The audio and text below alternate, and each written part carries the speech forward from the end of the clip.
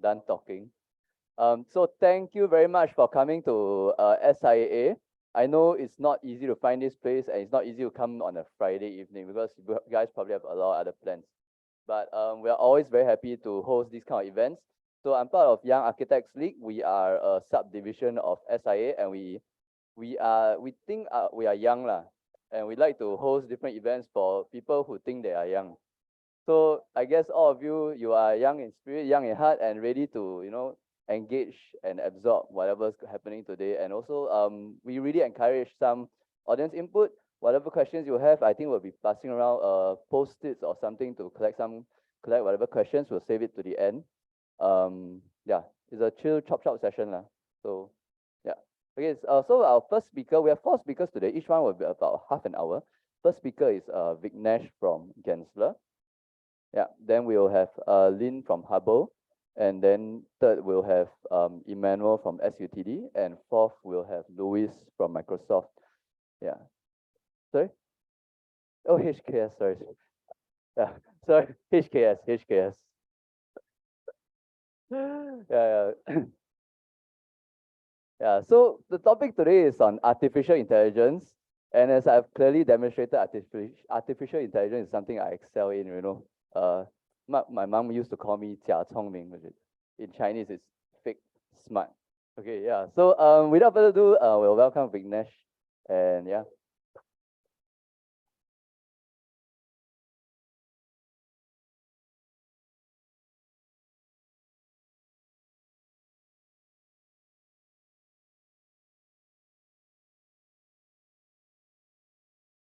Okay, who wants real intelligence now? Okay. All right, so thanks for coming. Friday evening, rainy, romantic night, and you're spending the time with me, so that means a lot to me. Thank you. Right, so I'm Vignesh Kaushik. I'm from Gensler. I'm the Regional Design Technology Director for Gensler. Basically, we take care of technology solutioning for the entire region here in Asia, from Dubai all the way to Tokyo. I've got some of my colleagues here. So today I'm going to spend about 20 minutes talking about what is my philosophy personally, which trying to make Gensler's philosophy soon, but the idea is we want to kind of explore artificial intelligence as it stands today, and then we can look at a good discussion on what we think is the future. Okay, now as with all my presentation, I start straight away with the business side of things, right? Because that's where the seed lies. So you can see what the dollar value of investments going into artificial intelligence, right? So there is, as you can see here, photo and video editing tools, $131 million, right? Which means all the mid-journey that you guys saw, stability diffusion stuff, and then you got human machine interfaces, $290 million. There's productivity and knowledge management, your LMS systems, social media marketing. Not so much is going to affect us, the architecture industry, but a lot of logo makers and graphic designers are going to get affected by this, right? And cross-functional APIs is $250 million. That's actually going to really change the game for how our software tools are going to communicate with each other. So you can see there's a lot of money being pumped into this, which is why you see every other LinkedIn post you have is an AI post now, right? Because there's a huge amount of money. Now, if you look at traditionally within architecture, engineering, construction space, right? There are several branches of how artificial intelligence actually has been explored in the past, okay? And typically for the last 10 years, while I did my research in NUS, we used to focus on a couple of areas here. One is the optimization, which probably you might have heard before with Grasshopper, genetic algorithms and Galapagos or whatever. But then we used to really go deep into genetic algorithms, evolutionary systems, particle swarm. Basically, the difference between what we are seeing now and the research that has happened in the last 10 years in this area is this is optimization based on little to no data. because we didn't have structured data about anything until recently, right? So how do you actually generate something artificially intelligent or that has intelligence without any data, with little to no data? That's what we use all these systems for, right? That can make these decisions. And then now things are moved from here into more here, the machine learning part of it, right? So most of what we are seeing today is an outcome of deep learning and reinforcement learning and a lot of minute improvements, incremental innovations on these algorithms, right? And we also see a lot of computer vision uh, algorithms coming into the space that's going to understand what a picture that's taken here means and what's going on in that picture, you know? So it will kind of help us get to spatial awareness in that sense, teaching computers, machines, spatial awareness. So this is the landscape. I just want to show you the landscape because it's not always about Midjourney and what do you call the chat GPT, even though currently this is what kind of takes most of LinkedIn share of posts, right? There are so many other components of AI. As I said, in the past work that I've done, you can see here. Where's my mouse? Oh, there you go. So you can see that one is a particle swarm algorithm that kind of looks at condo development and it kind of auto generates condo development based on certain inputs, right? And where the blue ones are the swimming pools, the green ones are the garden spaces, the gray ones are actual unit blocks, and then it generates these hundreds and thousands of different condo block options for a feasibility study for a site in Clementi, so that we could inform the owner who's trying to bid for the site as to how much money can he make out of the site and how much should be the maximum bidding number that he can go for, right? This was done 10 years back, 8 years back. And this is a decision-making algorithm, again, a part of optimization algorithm that learns how to make decisions from a lot of different decisions it has made in the past, and then it learns from that. And then it says that the best layout for interlace will be something like this and not what Rem Koolhaas did, right? So from a sustainability point of view, right? From how much daylight comes into the space and how much energy you are saving by doing it. So it's vastly different from what exists right now, okay? So why did we do all this? This was all done when we had little to no data about anything, right? You had to start with something where it's like you just have human input to it, and then it's fuzzy logic, and then the machine has to automatically learn from what you did, and there's a human guiding it to say this is nice, this is not nice, and then there's slightly some subjectivity involved in what kind of came out, from these stuff. And then so now I actually want to ask you guys something, right? Time for engagement, a quick one though, right? Let's see.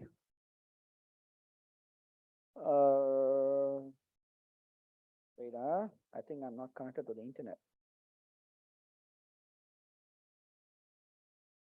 Just give me 30 seconds, huh? Forgot about the internet part. I've got one here. No, hotspot is here.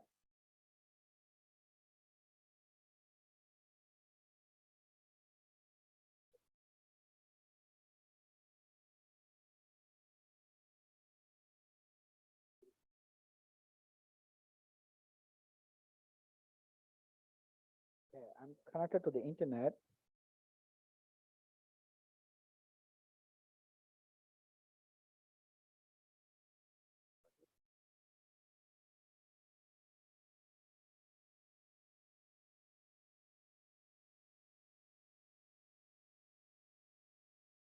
Okay, you know what? Let's do the analog way. Because the 4G the signal is very weak here. Okay, so now I just want to hear from you very quickly. How comfortable are you guys as practitioners with AI? Hands up, anyone who says you think AI is going to take your job. whatever job you're doing. Anyone who says AI is going to take your job? Who feels like that? Okay, one. Okay. Who thinks AI is full of shit? It can't do anything, and I'm very confident that my job will be my job, and I don't have to worry about AI at all. Okay, cool. One. So I guess everyone else is in the middle. So who thinks AI is going to somehow help us augment our job in good or bad, but somehow augment the work that we are doing? Okay, everyone else. Okay, cool. Then my job to convince you guys is probably going to be easy, right? Because I don't want to be an alarmist. Okay, so AI is not going to take our job. I can be very sure of that.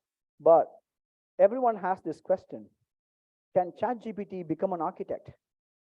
Right? Because ChatGPT, if you've seen some post already, it has passed almost every other professional registration exam, right? It's passed the bar in California. It's passed all other, of course, 12th is easy.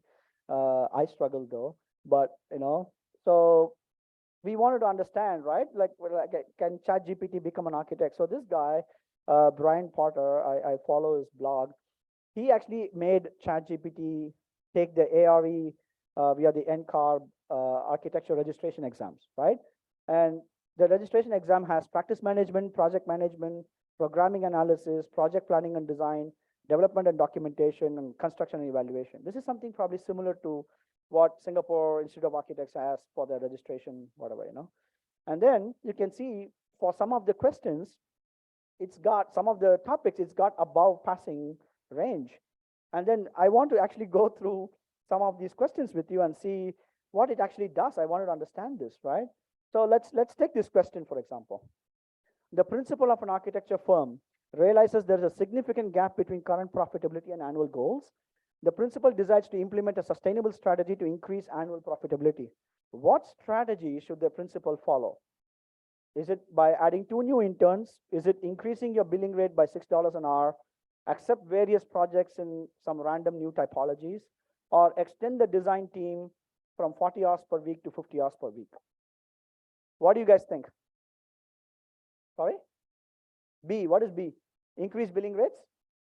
Everyone is unanimous about that? Who else thinks it's not B? D, extend design teams. Okay. Right. It's always the case. When you are intern, you protest, and when you become principal, you want to do what you protested against. Who else thinks of, say, C? You think C? Okay. Who else thinks of A? You want to, but not just for the sake of 2 pretty interns, right? It doesn't increase billability or profitability. Okay, let's ask ChatGPT. This is what we asked ChatGPT, right? What do you think? ChatGPT said, based on information provided, option B, which is to increase billing rate by $6 per hour, will be the most efficient strategy.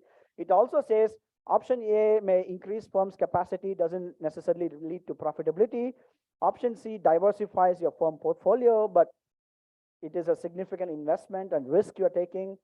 Option D, of 50 hours per week, is going to be really unsustainable for people because it's going to end up in burnout, thereby decrease quality, right?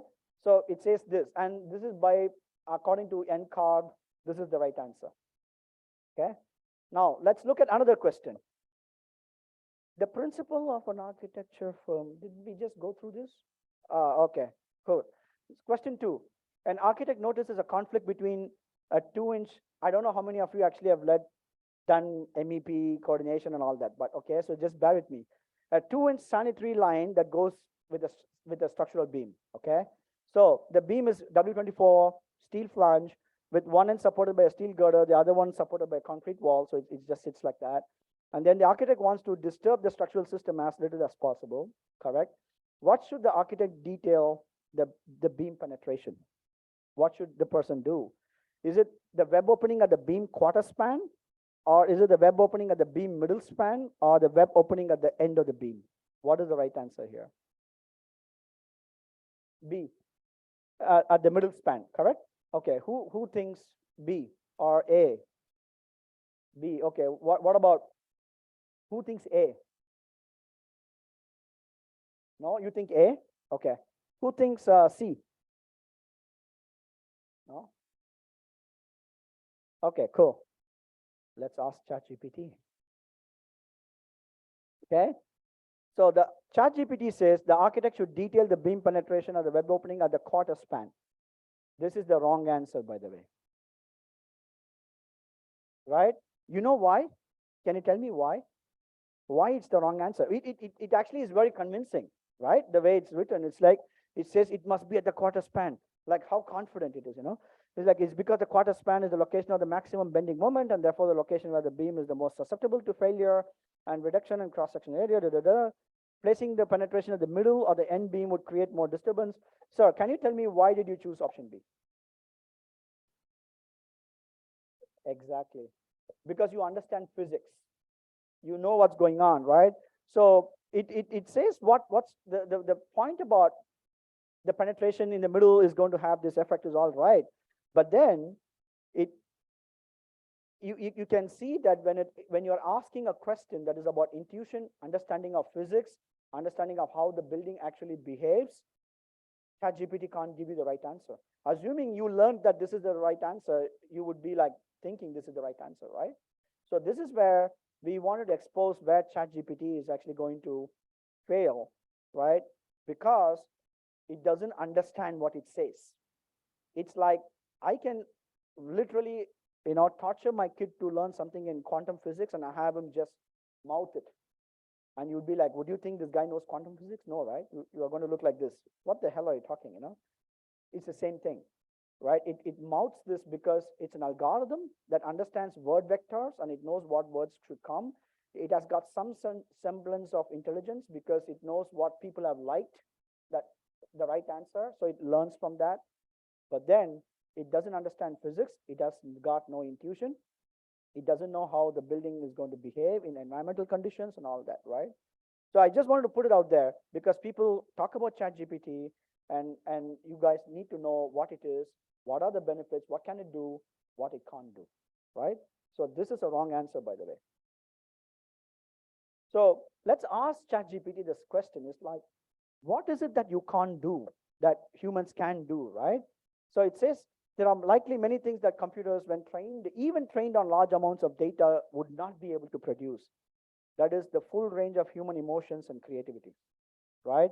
It is the ability to understand certain abstract concepts and ideas that are central to human experience, right? It is the ability to, the images and whatever it generates are limited to what data it has been trained on, right? Whereas it can't really create something completely original that has not been done ever before, kind of a thing, right? So ability to understand context, meaning, and intention behind that. The intention of why it produced that. There is no, that any of these systems can't produce, right? So it's a mimicking machine. It's like a parrot, right? It's a mimicking machine. So when I see all this kind of stuff, in online, there's so many people sharing prompts and producing all this, and are we going to go out of job? Like, are people going to go build this villa now without an architect? And I wanted to show this. Yes, this is great starter for a mood board. Instead of saying in words, your client can now say it in Midjourney and show you, yeah, I like this, I like this, I like that, I like that. But there is no way you can go get that built without an architect or even understand what that thing is, So in some sense, it now kind of, we are at an interesting point of understanding what an architect's actual role is, which is good, because now I'm going to come to that section, right? But before that, let's also look at what are some of the stuff that you guys need to be aware of. There are inherent biases inside. Okay, so for example, when we said Indian professionals, it's all like that, And when we talk about doctors, it's most often males. When you talk about nurses, it's most often females. It's because that's the data it's been trained on, right? And you see an American standing in front of a house versus an Indian standing in the front of the house. You see the Indian houses, they're all from bloody 1920s, you know? So it's been trained on this over and over again. So there's very little we can undo in this unless we take there is ethics committee that's looking into it to see what can be done. But because it's trained so much and more people are using it, the biases are kind of being reinforced. So now we talked about AEC, right? Let's look at what other professions are being impacted by this today. Programmers, right? Now we've got what is called as Copilot X that can actually write really good beginner level code for anything. You don't have to sit and write code anymore. You can just say what you want and it's going to write code for you. Graphic designers, all these kind of posters and logos and media materials, marketing materials, all your web advertisements for Facebook, Instagram, everything is auto-generated. Nobody's sitting and doing stuff in Photoshop anymore or Canva or any of these tools. Lawyers, like a lot of very simple queries that come to now. There's even a company that has just don't pay anymore, right? Do not pay.com, right? That is a lawyer service for free that ChatGPT answers basically all your law questions, So now what is happening here? What are we seeing? We are seeing a trend about permeating professional spheres, about amateurs who have absolutely no professional experience in that profession can now get into level 1 of that, permeating that professional sphere. So if you look at the spheres here, you got at the very outside, you got the task-driven skills. It's like do post-production on my render, do this on my render, do draft dimensions on this drawing. It's all literally task-driven skills. Next level, once you become an architect, you will realize that, okay, now I'm actually understanding this practice. I know what a residential balcony is and what should be the height of the balcony rail. I understand the LTA requirements for a MRT station. You understand the practice. And then after you spent a few years, then you get actual strategic business understanding of how that business works. Like what should I charge my client? How should I get that payment in progress? How should I work with my consultants and all that? What all these AI tools at this point is allowing us to do for all the professions, not just architecture, lawyers, medical practice, graphic designers, everyone is to get into that first layer. So it's almost like now amateurs can come in and kind of express themselves better, is the way I would say it. Not masquerade as a professional, but they can express themselves better because they have got all these tools at their disposal, right? So now we are at a point where, as I said, we need to elevate our craft, right? We kind of have to look at what are the different things we have to do to elevate our education, our practice, and our craft in general, right? In my opinion, if we do all this on a full-time basis, this is all at risk of automation. But if this is what we do at a 10% of our work, then that's good. That 10% of your time, you get it back to spend on more creative pursuits, right? But this is like there is a AI startup called Swap that's looking at complete documentation, auto documentation. All you have to do is give a building model, it's going to document the entire thing, tag, annotate, put dimension, everything, right? So drafters, right? What happened? Then about mood board generation, Pinterest. How many of you use Pinterest here? All the time, right? Yeah. So you can now very quickly, Pinterest is almost like you don't need it because you can generate it, right? And renders and visualization and post-production on top of it. Now I've done a render day mode. I need a night mode. That's another render, by the way, correct? Another render where you got to change the light settings and you have to do the post-production again. Not anymore. It's going to take less than 10 minutes now to do that. So post-production work, if there are renderers who were just doing post-production work, yes, you got to elevate, you got to go into more higher level of practice within that, right? So that's what AI is telling us, is like, we will take care of certain things. You can go move towards it, right? Now, let's come to an understanding of this from a philosophy point of view. I want to kind of dwell on this a bit about what we are good at as humans. We are good at creativity, perception, dexterity. We understand ambiguous situation. We have critical thinking. We can make priority between compelling different outcomes. We have sensory perception. We have empathy. We can persuade. But then we are not good at all these other things where the machine is very good at: analysis, precision, coordination, logic. I mean, storing thousands and thousands of rows of data, memory, millions and millions of data. So now my question is, if these are things that we are good at and something that we enjoy doing, why should we have AI do it? Like, for example, there is a washing machine at your home. There is a vacuum cleaner at your home. Do you have a machine that's going to sit in front of your TV and watch Netflix for you? How absurd is that? I like doing it. Why do you want a machine for that? Right? It's the same way. So there are going to be like machines that's going to help you in all these areas. The stuff that we enjoy doing, that's hard for a machine to do.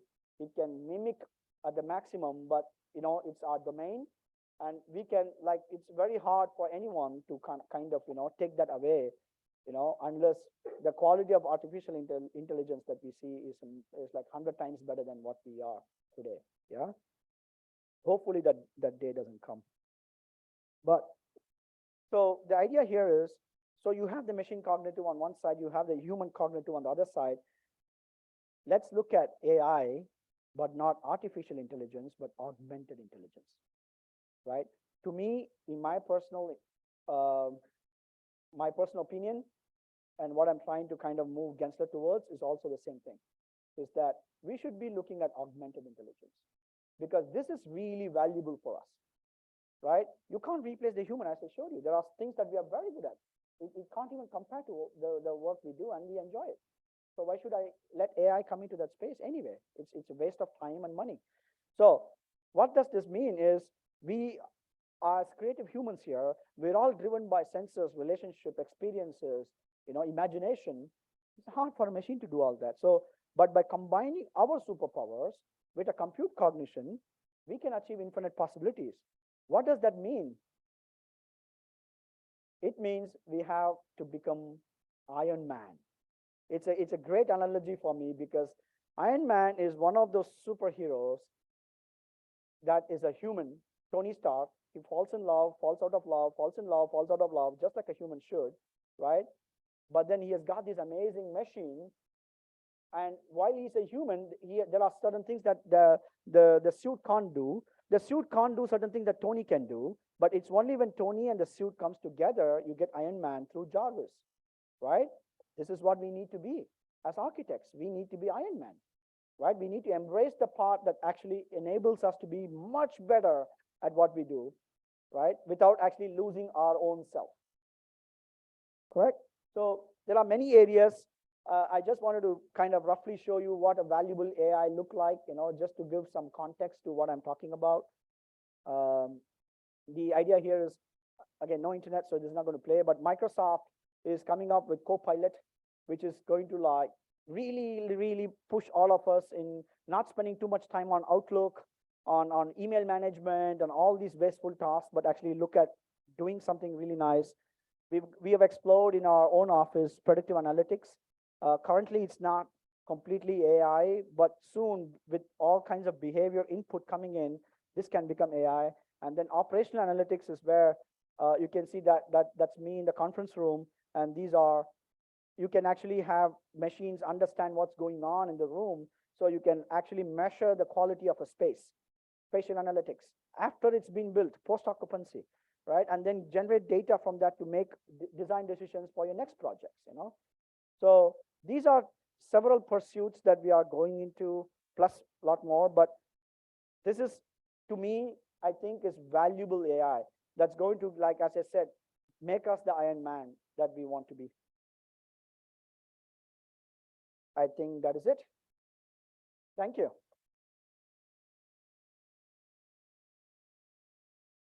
That's it. Questions? Thank you so much, Vignesh. So if anyone has any questions, I think we'll just take one. But meanwhile, Fazli is giving out a post-it so that if you have any questions, you write down first and we'll address all of them at the end. But we can take one now. If anyone has a burning question, like, Vignesh, I need to ask you this before I forget. No? No?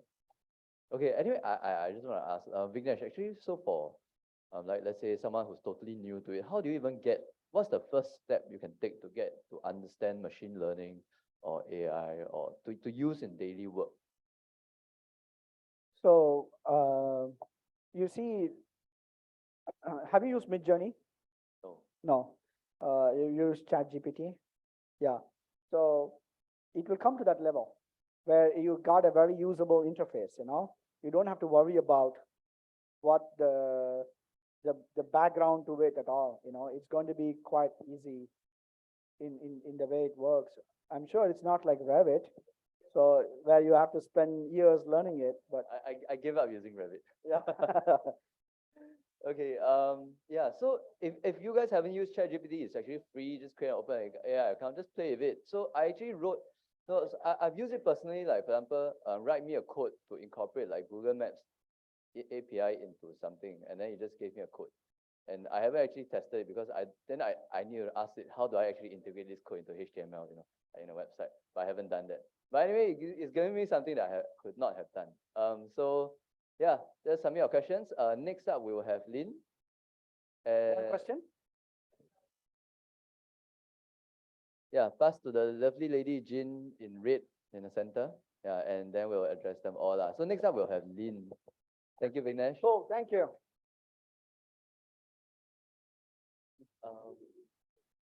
This clicker.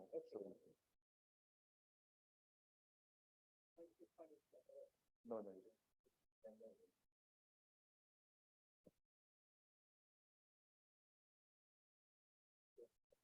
Hello. All right. Hi, everybody. My name is Lynn. Some of my friends are in the audience. So who am I? I'm an architect, and I'm also now a product manager. So I was in practice for about 6.5 years. I was based in Singapore and in China. So you guys have any questions about living in China during a pandemic, let me know. I'm your girl. And I came back last year to join my current firm called Hubble Build. So Hubble Build, we are a construction tech software provider.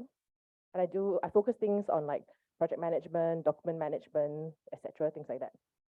So I want to say this whole AI thing, I kind of stumbled upon it because I think that all my other speakers will understand that AI is a very expensive endeavor. That if you ever want to use AI or create AI, you need firstly a very solid team of like a data analyst, data scientist, data engineer. And it's not that easy.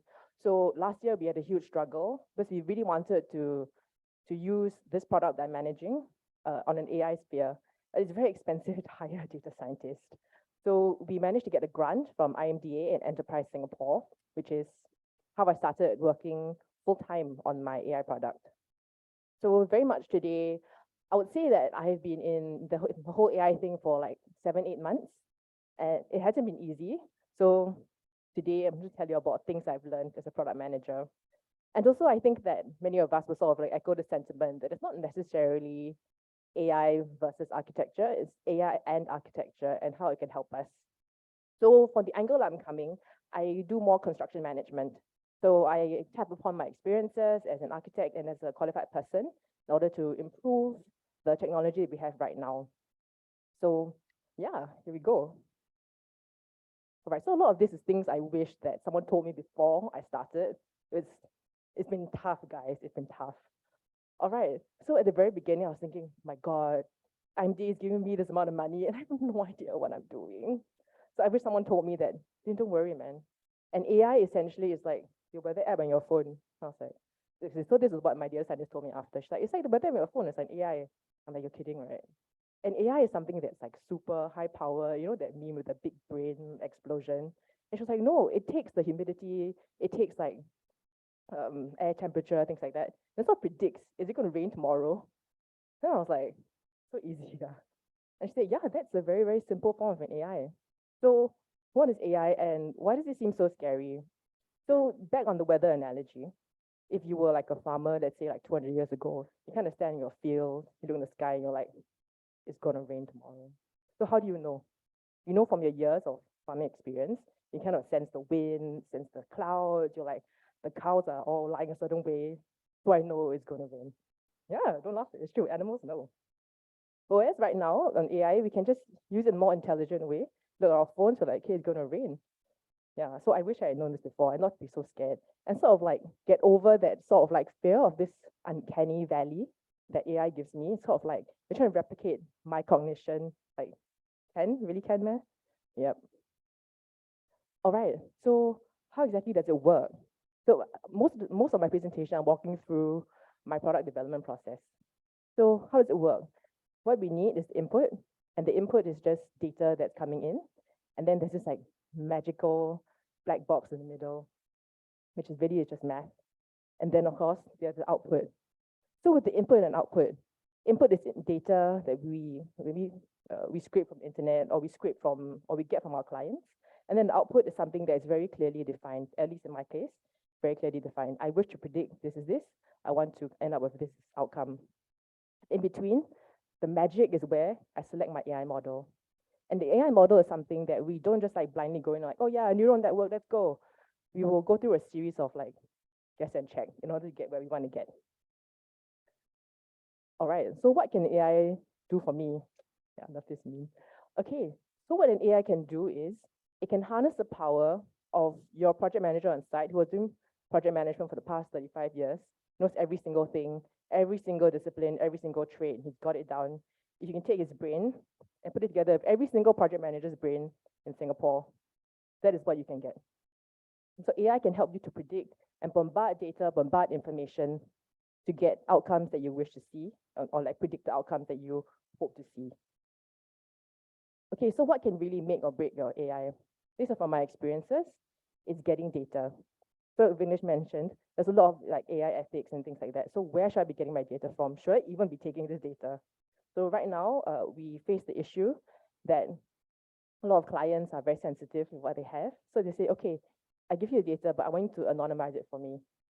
And I'll be like, but that doesn't serve the purposes because you don't want, there's so many points of information that I take out that it almost is no meaning. It's just a series of zeros and ones. I'm like, my AI doesn't need this. It needs a right answer from you. Yeah. So the input is very, very important. I'll get to that a bit later.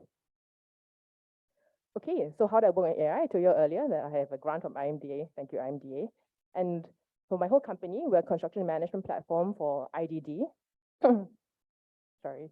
And we're trying to understand what exactly makes construction tick. So I've taken on this huge task of trying to predict construction delays. So a delay, as we all know, it means do we get EOT?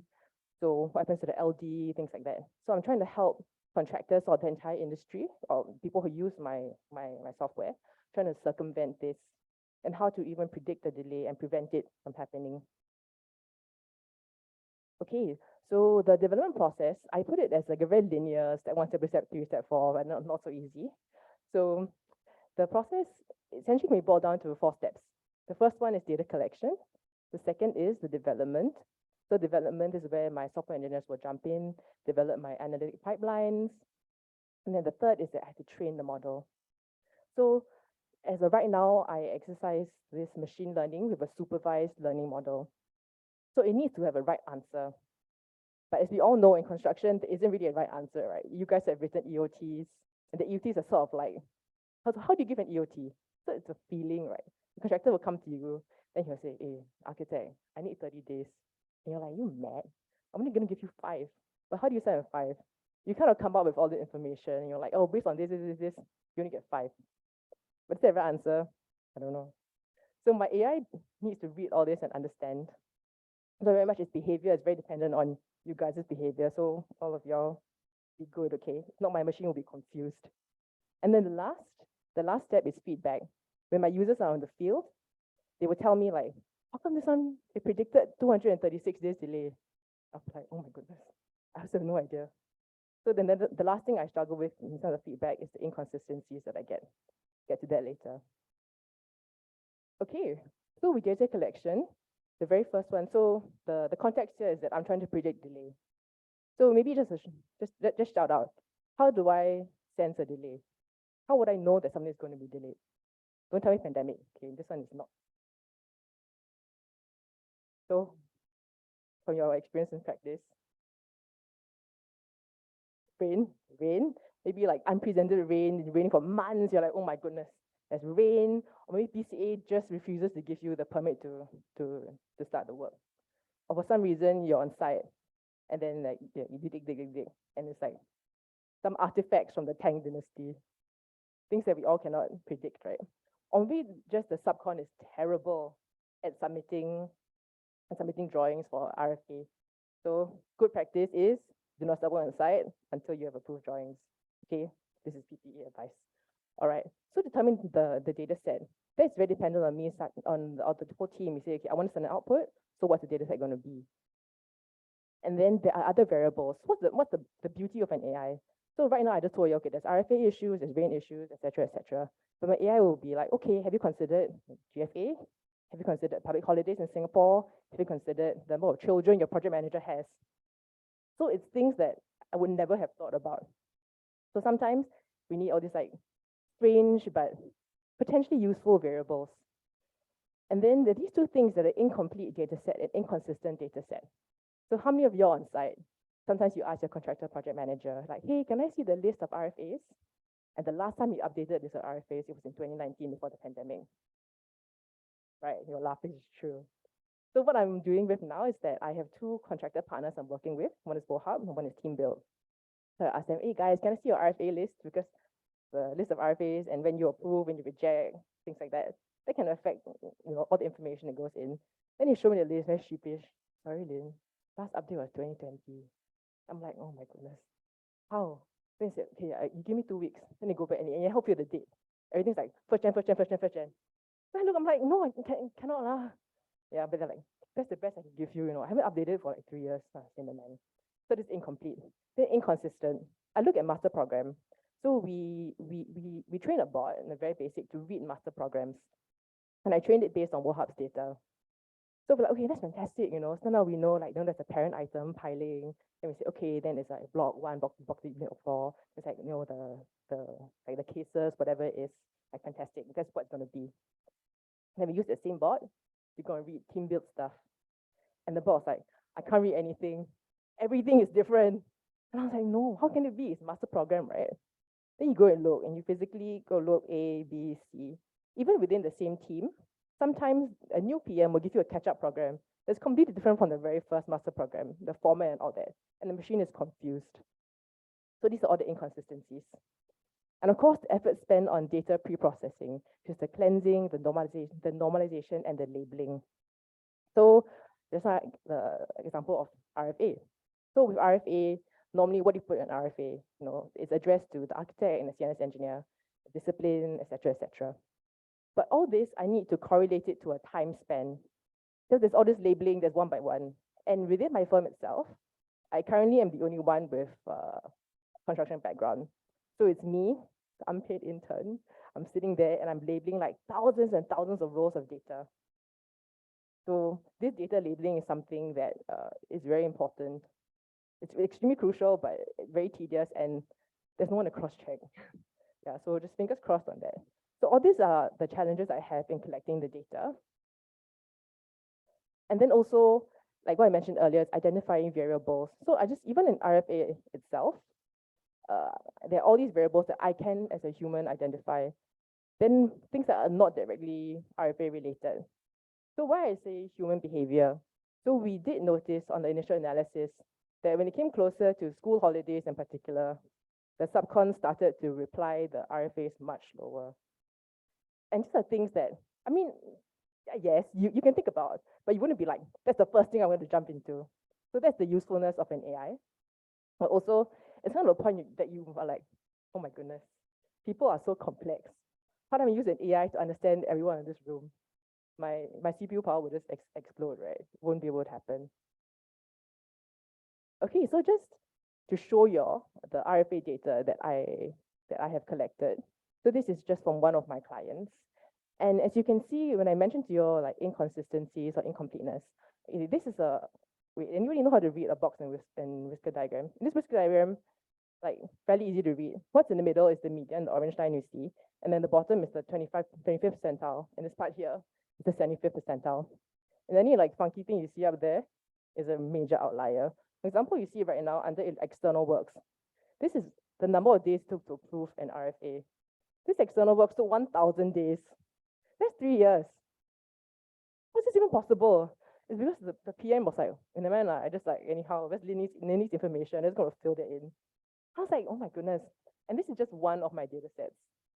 I think this is this is for architecture. So I receive a lot of information like this. And before I can even use the AI, I look through and I must find a way to kick out all the outliers.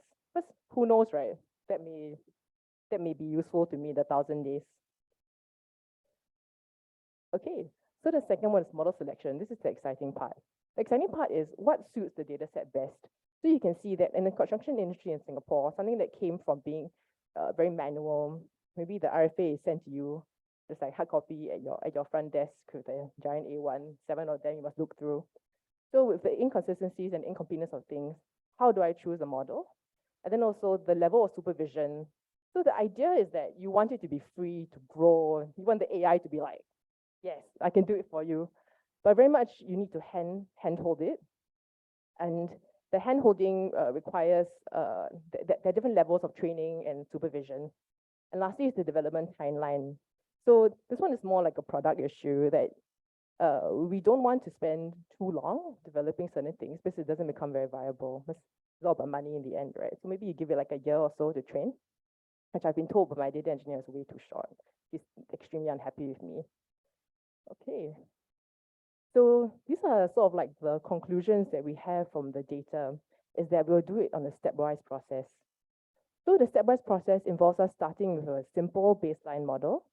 So with the simple baseline model, we want to just quickly pinpoint relationships between the variables and the outcomes. So this one is a multiple linear regression. Very, very simple. Imagine the graph just goes like that. That's a linear regression.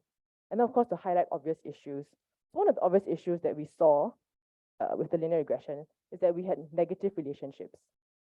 It almost was a fact. It was like, I think it was like we had like a negative number of days predicted. And I was like, that's great, negative number of days, but it's something that we will have to eliminate. Then midway is where we are right now, that we have adopted a random forest model. So random forest model is like a decision tree. So back to the rain analogy. So you start off with like saying, okay, I want to know what's going to rain. Then you say, okay, how does the sky look like? Sky is like, oh, it's sunny, overcast, or it's already raining.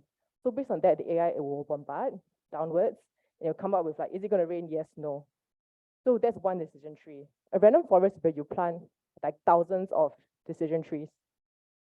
So right now, this is helping us in terms, because it has a greater resilience to all the outliers, helps us to bin all the outliers that we have. It also helps to balance the biasness. How does a decision tree work in terms of the math? It takes averages.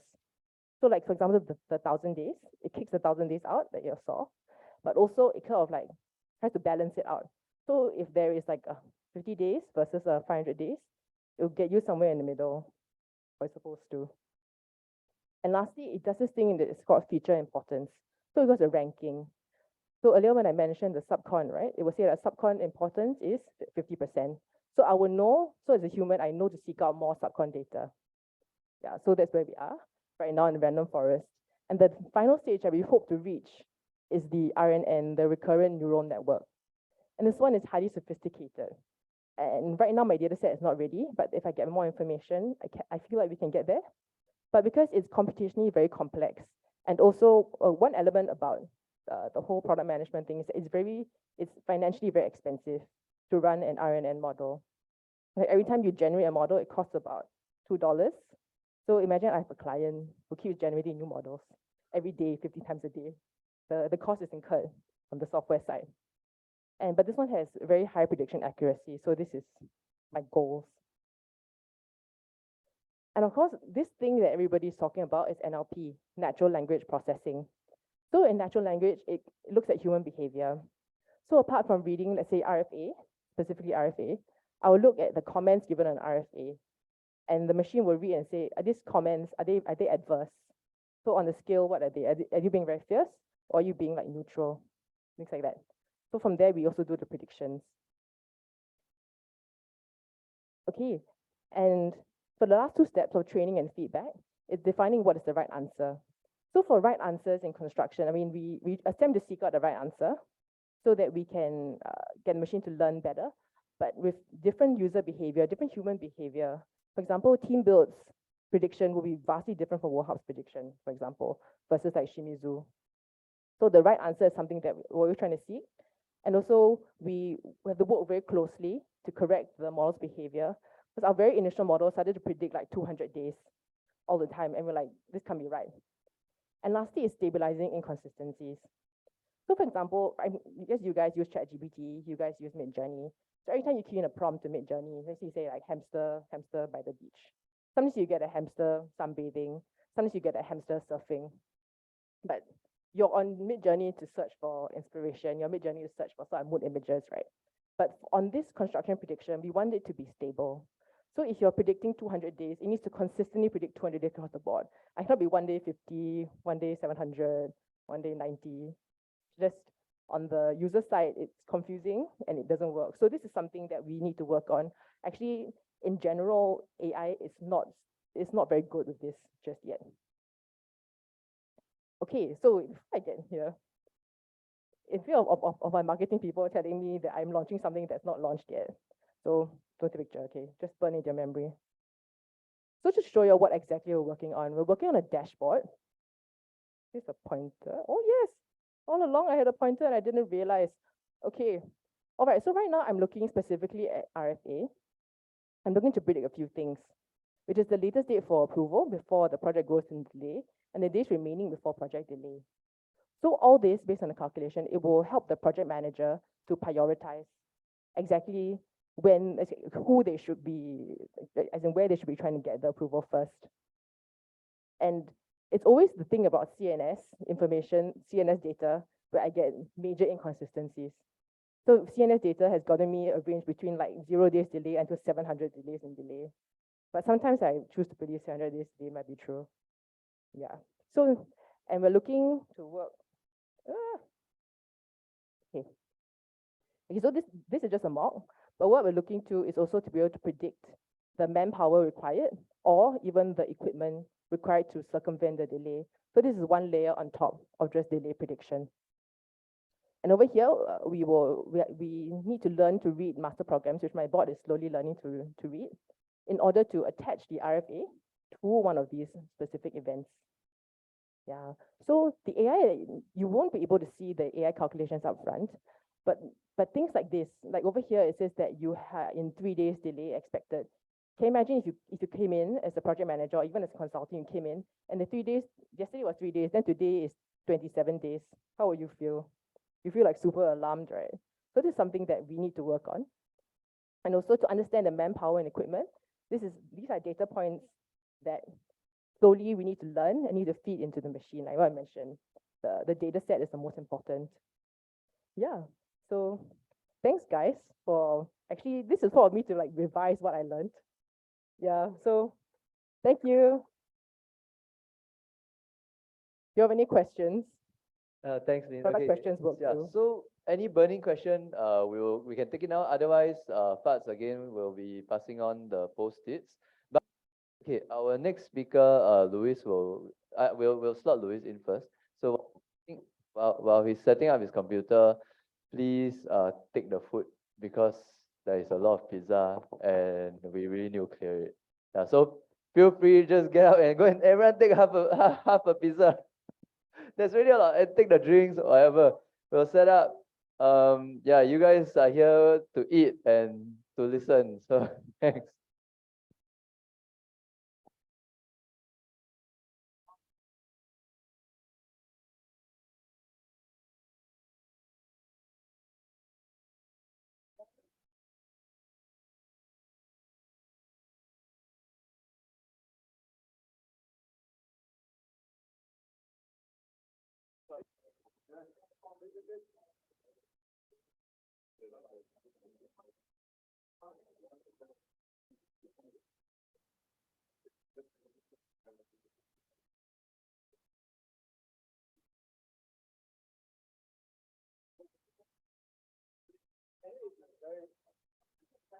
Now,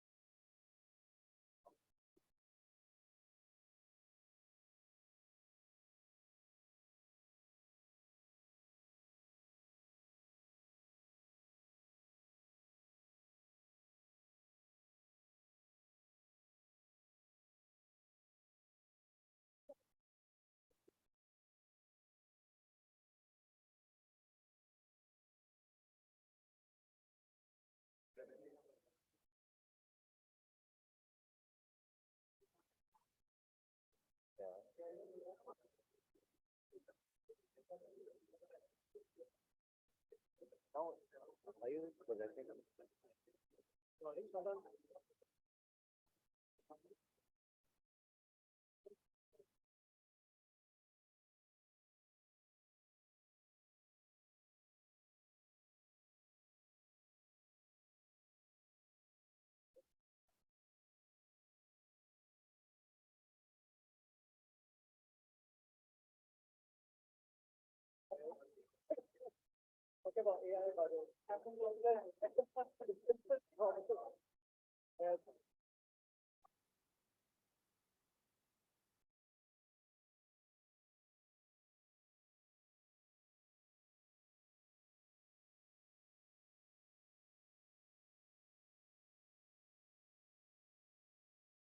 Another point.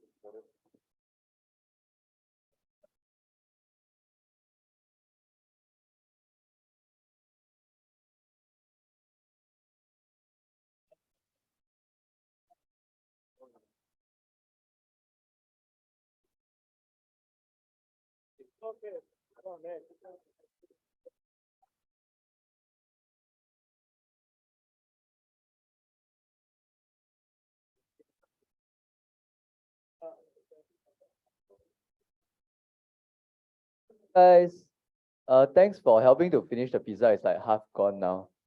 Yeah. Then there are some drinks over there. So if you want, just go. Then toilet is all the way in the corner. But other than that, next speaker will be Louis from HKS. Yeah. So take it away, Louis. Thanks. All right, thanks for inviting me. I'm Louis from HKS. Actually, our office is just around the corner. Actually, I would like to thank the previous two speakers for introducing the topic, what is AI? So I probably don't really need to go into that again.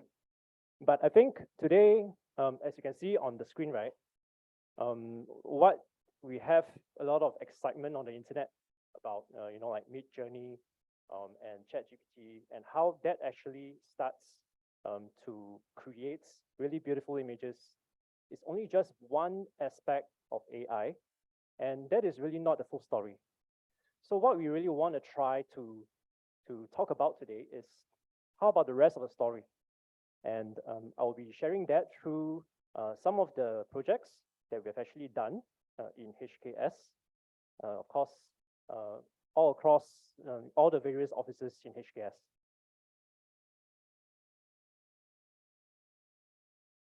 But before we go into that, we actually want to step back and we try to imagine like where we were at when I was actually just in the first year of my university. This was what we were doing. We were just using, like manual hand sketches. There was layering means you use, pieces of trace paper and you actually layer over. If you make a mistake, you gotta actually use, penknife to scrape it off, or you use correction tape and you tear the paper away and actually try to piece it together again. So this was actually our tools before we actually embarked on all these technological advancements. And you kind of think about where we're at and now where we are. And HKS, you can see HKS is actually in the middle. what we try to do is we try to be the integration and intersection of all the various academia, all the various sectors, as well as a very strong collaboration with the industry.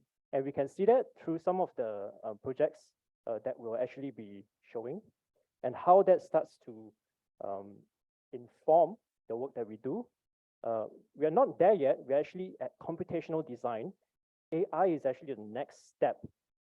There's a gap, but through some of the things that we are already exploring, you can actually see how we may actually get there, and you can start to ask questions about what is the role that the designer and the architect will play. So here we work with information, and information as an input could be performance data, could be typographic narrative or conceptual imagery, and that starts to be translated into the output. And of course, as an example, we have this as a strategizing of climatic data and modeling to actually improve the interior comfort of all the buildings that we design. We have analysis of how the building is oriented and the massing, and how that starts to actually become some of the strategies that we may actually apply on the facade. And of course, we have to optimize that through this entire computational model.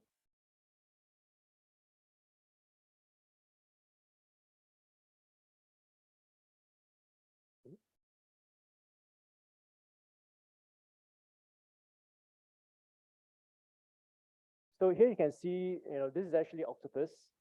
It takes a few parameters and it starts to try to iterate and figure out what is the best combination to actually achieve the best outcome in terms of useful daylight illuminance or solar irradiation. And from here you can see it starts to plot the graph and actually arrive slowly. You can see by varying like orientation, by varying fenestrations and openings, how it starts to become an optimized model.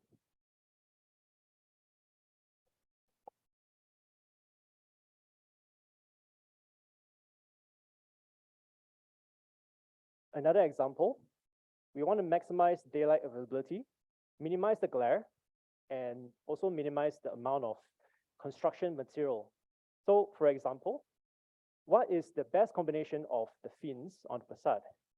The least amount of fins to actually, arrive at the best solution for the facade in terms of solar and least glare. And you can see, you can even start to plug in how many credit points for the lead, as an output. And that will actually try to minimize costs for the project.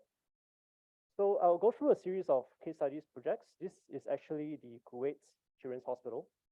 It is actually one of the largest pediatric hospital in the Middle East, and is inspired by the healing crystal. So conceptually, the healing crystal starts to inform the facade, right? And you can see that we try to study the facade as it is, and there's actually a lot of things that we can do to the facade because it is not optimized. So we start to create modules on the facade and vary all the parameters of where the vertices are, which direction it is actually pointing at, and how big are the openings, because we still want to actually create views for the patient who is actually behind the facade.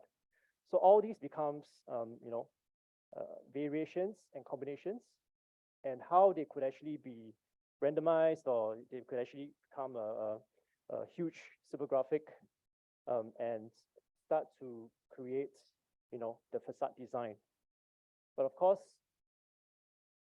so this is actually the progression of the previous study. So over here, you can see that the facade panels, they are giant facets and they are all angled towards a certain direction. The sizes of the openings are all computationally derived. And you can see over here, these are actually the facade elevations, 1, 2, 3, 4, 5, 6. All these are the giant facets. And you can see that all the data that is being plotted in terms of the solar radiation as well as glare minimization is the blue and the green. And you can use computational design to actually achieve the requirements. And you can see on the right side, without shading, it's all overexposed. With shading, then it actually can create that reduction, 75% reduction or 91.2% reduction on the various facades.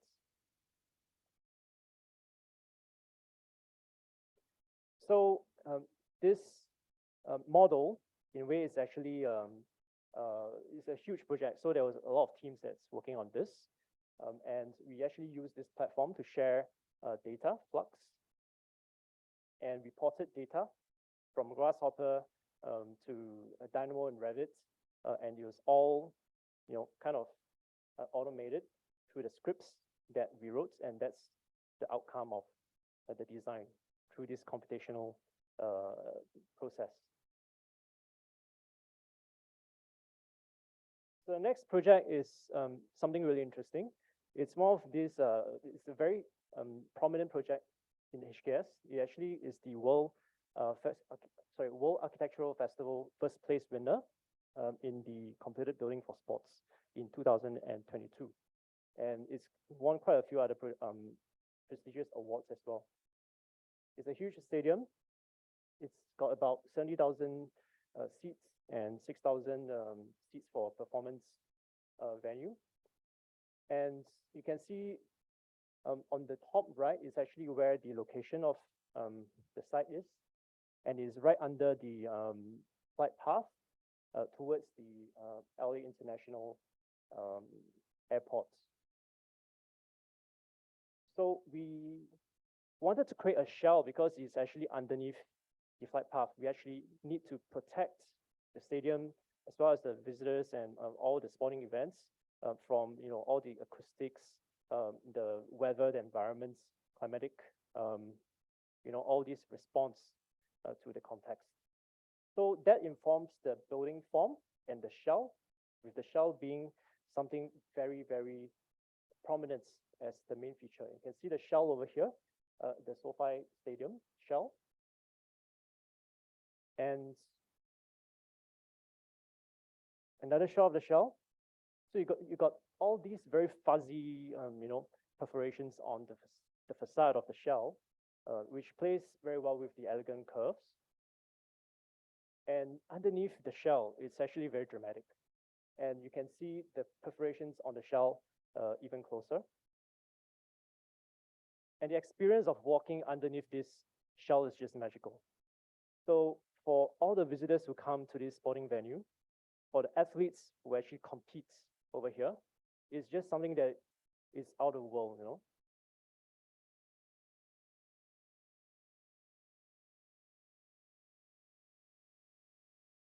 So the design of this shell is very interesting. And another aspect, which is the first of its kind, is that the SoFi Stadium is the first instance of a digital model of record. So of course, when we do submissions, we still do all the plan submissions. But for the facade itself, the facade, in terms of how you capture it and document it, there was no paper printed form. It was just files. And that was the first of its kind. So there were 35,000 panels on this shell, and there was not a single drawing set for that. So I'll explain to you how we actually achieved that.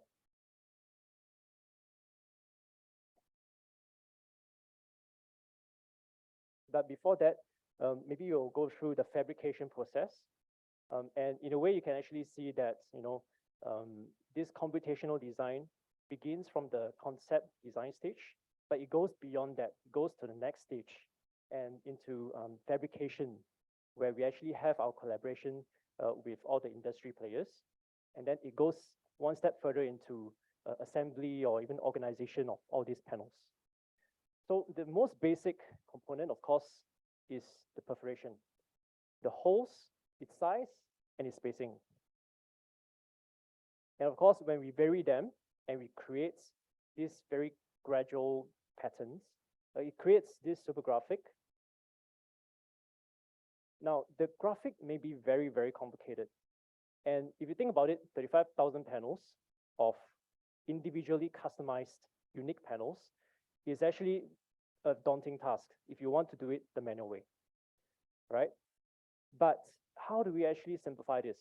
It's about abstraction and kind of peeling away all these into separate layers, cladding, perforation, the opaque areas, and of course materiality, and how we start to create kind of like a noise or modifier to actually control that image. All these are done computationally. And of course, we work very closely with our fabrication partners to use the Hexa grid, which is actually something that is very, very suitable for this 3D curvilinear form, and a fully digital workflow to create something like this. Every single panel has its own metadata. So you kind of document this as fully text. It's not a drawing. It is vertices in three-dimensional space. It's about the sizes, the position, the UV maps, and how we actually generate 35,000 text files, and of course, 35,000 individual customized JPEG files. And this is all fully automated, from a huge graphic to kind of really distill it into individual panels, individual files. And of course, we use the scripting environment to actually make this happen. Even the mapping of the material is all done computationally. So you can see that it's generating all these diffuse maps, opacity maps, all on the fly as code. And then we pass all these encoded as text files to our fabricator partners, Zena, who will then use their script to read this, and it's a fully automated, streamlined, direct to fabrication process. So all this is, if you were to actually do it manually, it will take years and years, because one single panel, as they mentioned, takes 15 minutes to actually process. By using this, every single panel, 7 seconds. And the output is a beautiful stadium, fully automated, and in a way you can kind of think of it as perhaps maybe kind of like a automated process where we can actually take this to the next stage.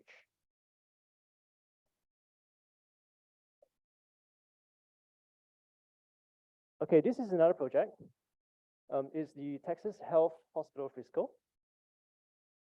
So here, the computational design is on the facade, again on fabrication, because it goes beyond design. It's actually at the fabrication stage where we start to see all this automation happening.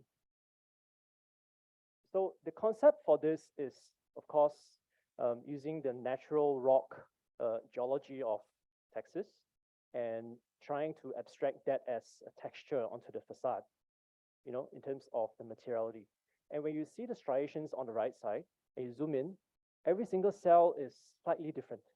So how do we actually create something that's very organic with the least number of modules to actually save cost? That was a big question when they were doing this project. So this is actually the outcome, the completed facade.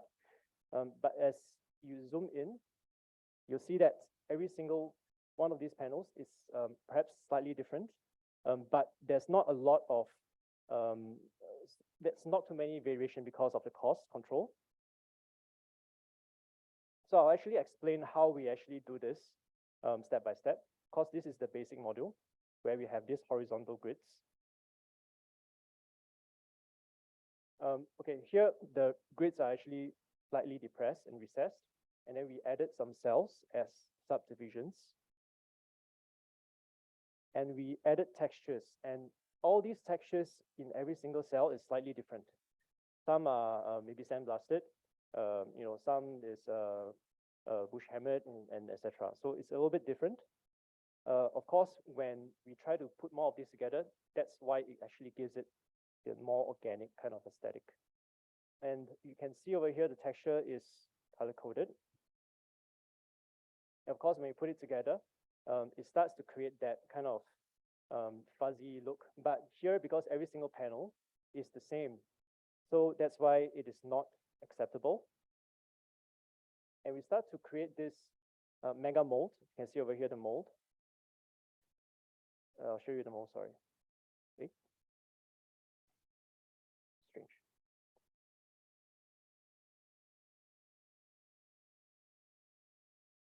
You might have missed a slide.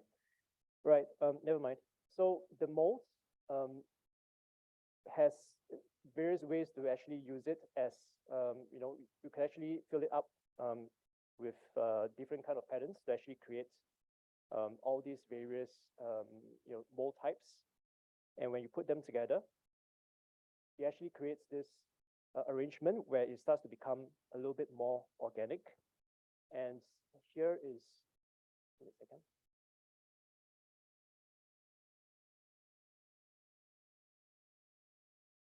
Here is how it works. We actually use a script and pair it together with Grasshopper. And you can see over here, all the designs are being generated on the fly. And as a live model, it actually gets classified into the panel types, color-coded. And all these are generated on the fly.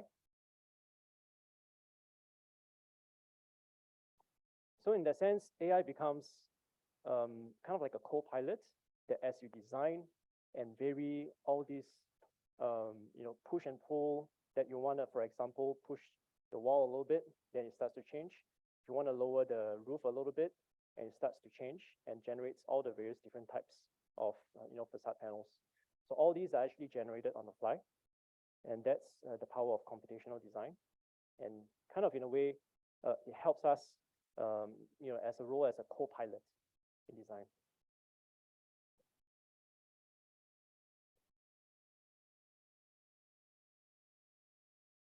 All right, so another way which was also very interesting when we actually used computational design to help in this is the deployment of cranes.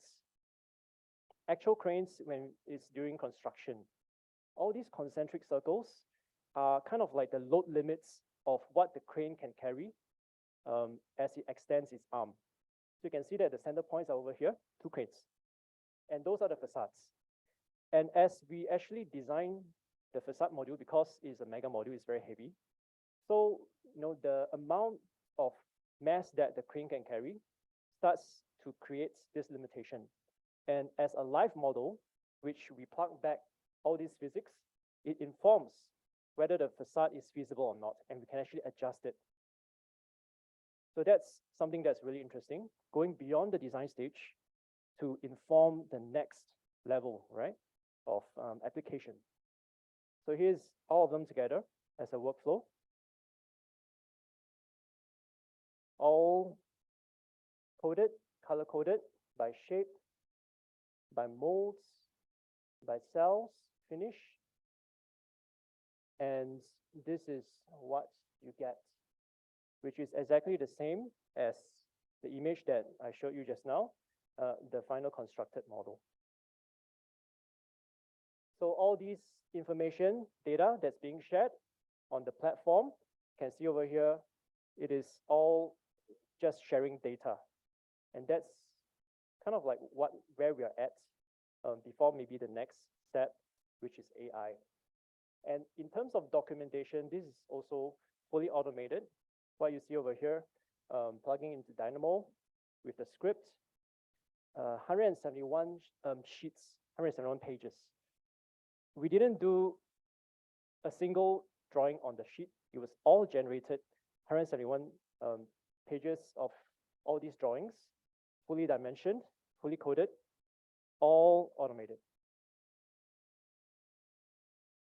And of course, during construction, the mold was built according to what we expect, and it was all very seamless as a process. And that's the completed building. in construction. So the question really is, what becomes of the architect or the designer? And in terms of how we can actually help ourselves by letting AI as a co-pilot help to do some of our jobs while we get more creative.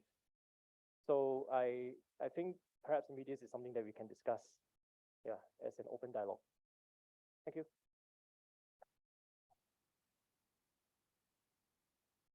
Thanks, Louis. Okay, so same pitch. I think you guys heard this before. If any burning, just shout out, and then Fazli will finish his drink and rush to give you guys the post-its.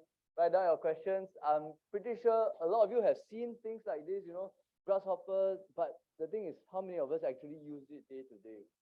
Like even in my previous firm, I used it because I love Grasshopper, but then after that, like nobody else in the firm was using. So how is it that we get all this adoption company-wide, industry-wide to really improve our productivity? So just a quick question for Louis. Does HKS implement all these Grasshopper technologies and everything company-wide? Or is it team by team? Well, of course, we've got our own studio that specializes, in these so-called more advanced techniques, right?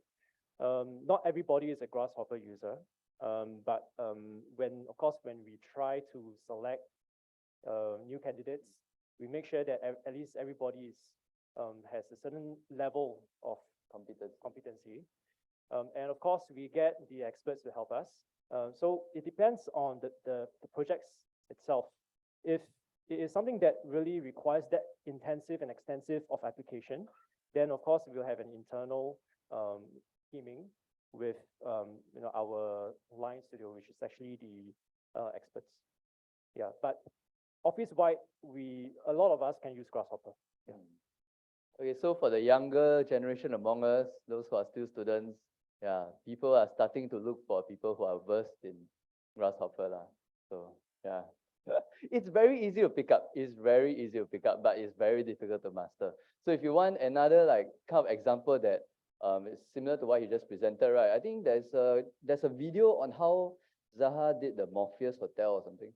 All that weird zoom kind of thing, and it's completely Grasshopper, like from design to construction. So that was actually quite inspiring. Okay, so we're gonna have our next speaker, Emmanuel. And Emmanuel, I would like to say he's from SUTD, but actually he'll introduce himself better. He's from a lot of different things, and he has a lot of experience. Okay, come. So welcome, Emmanuel.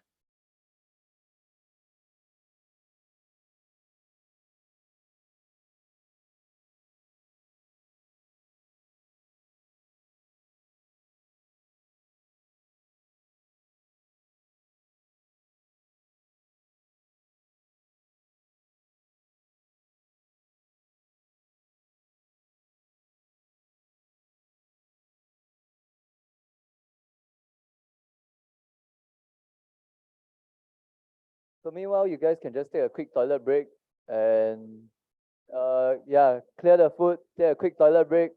Then once Emmanuel starts, we'll proceed all the way to the end of the session already.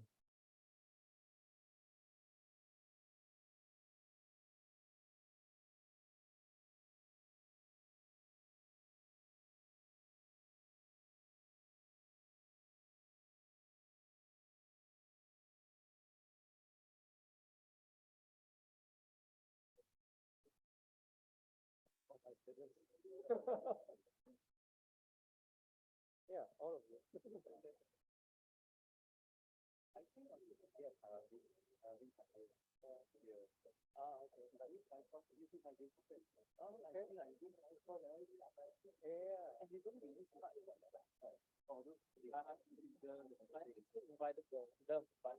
I mean, the founders will make it. Yeah, yeah.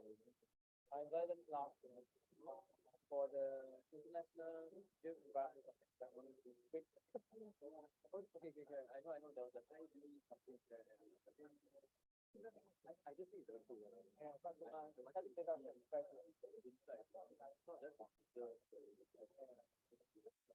mean, also the way they found a name. Yeah, it's not even good.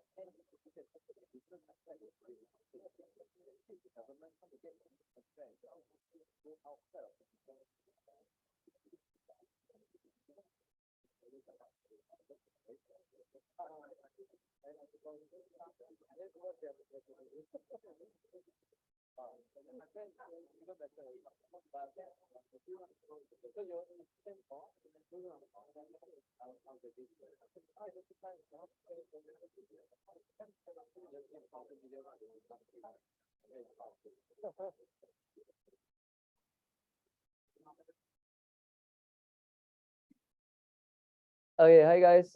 So I hope everybody is back. Those who need to pee have peed. Then I'll just hand over the time to Emmanuel. Thank you. Right.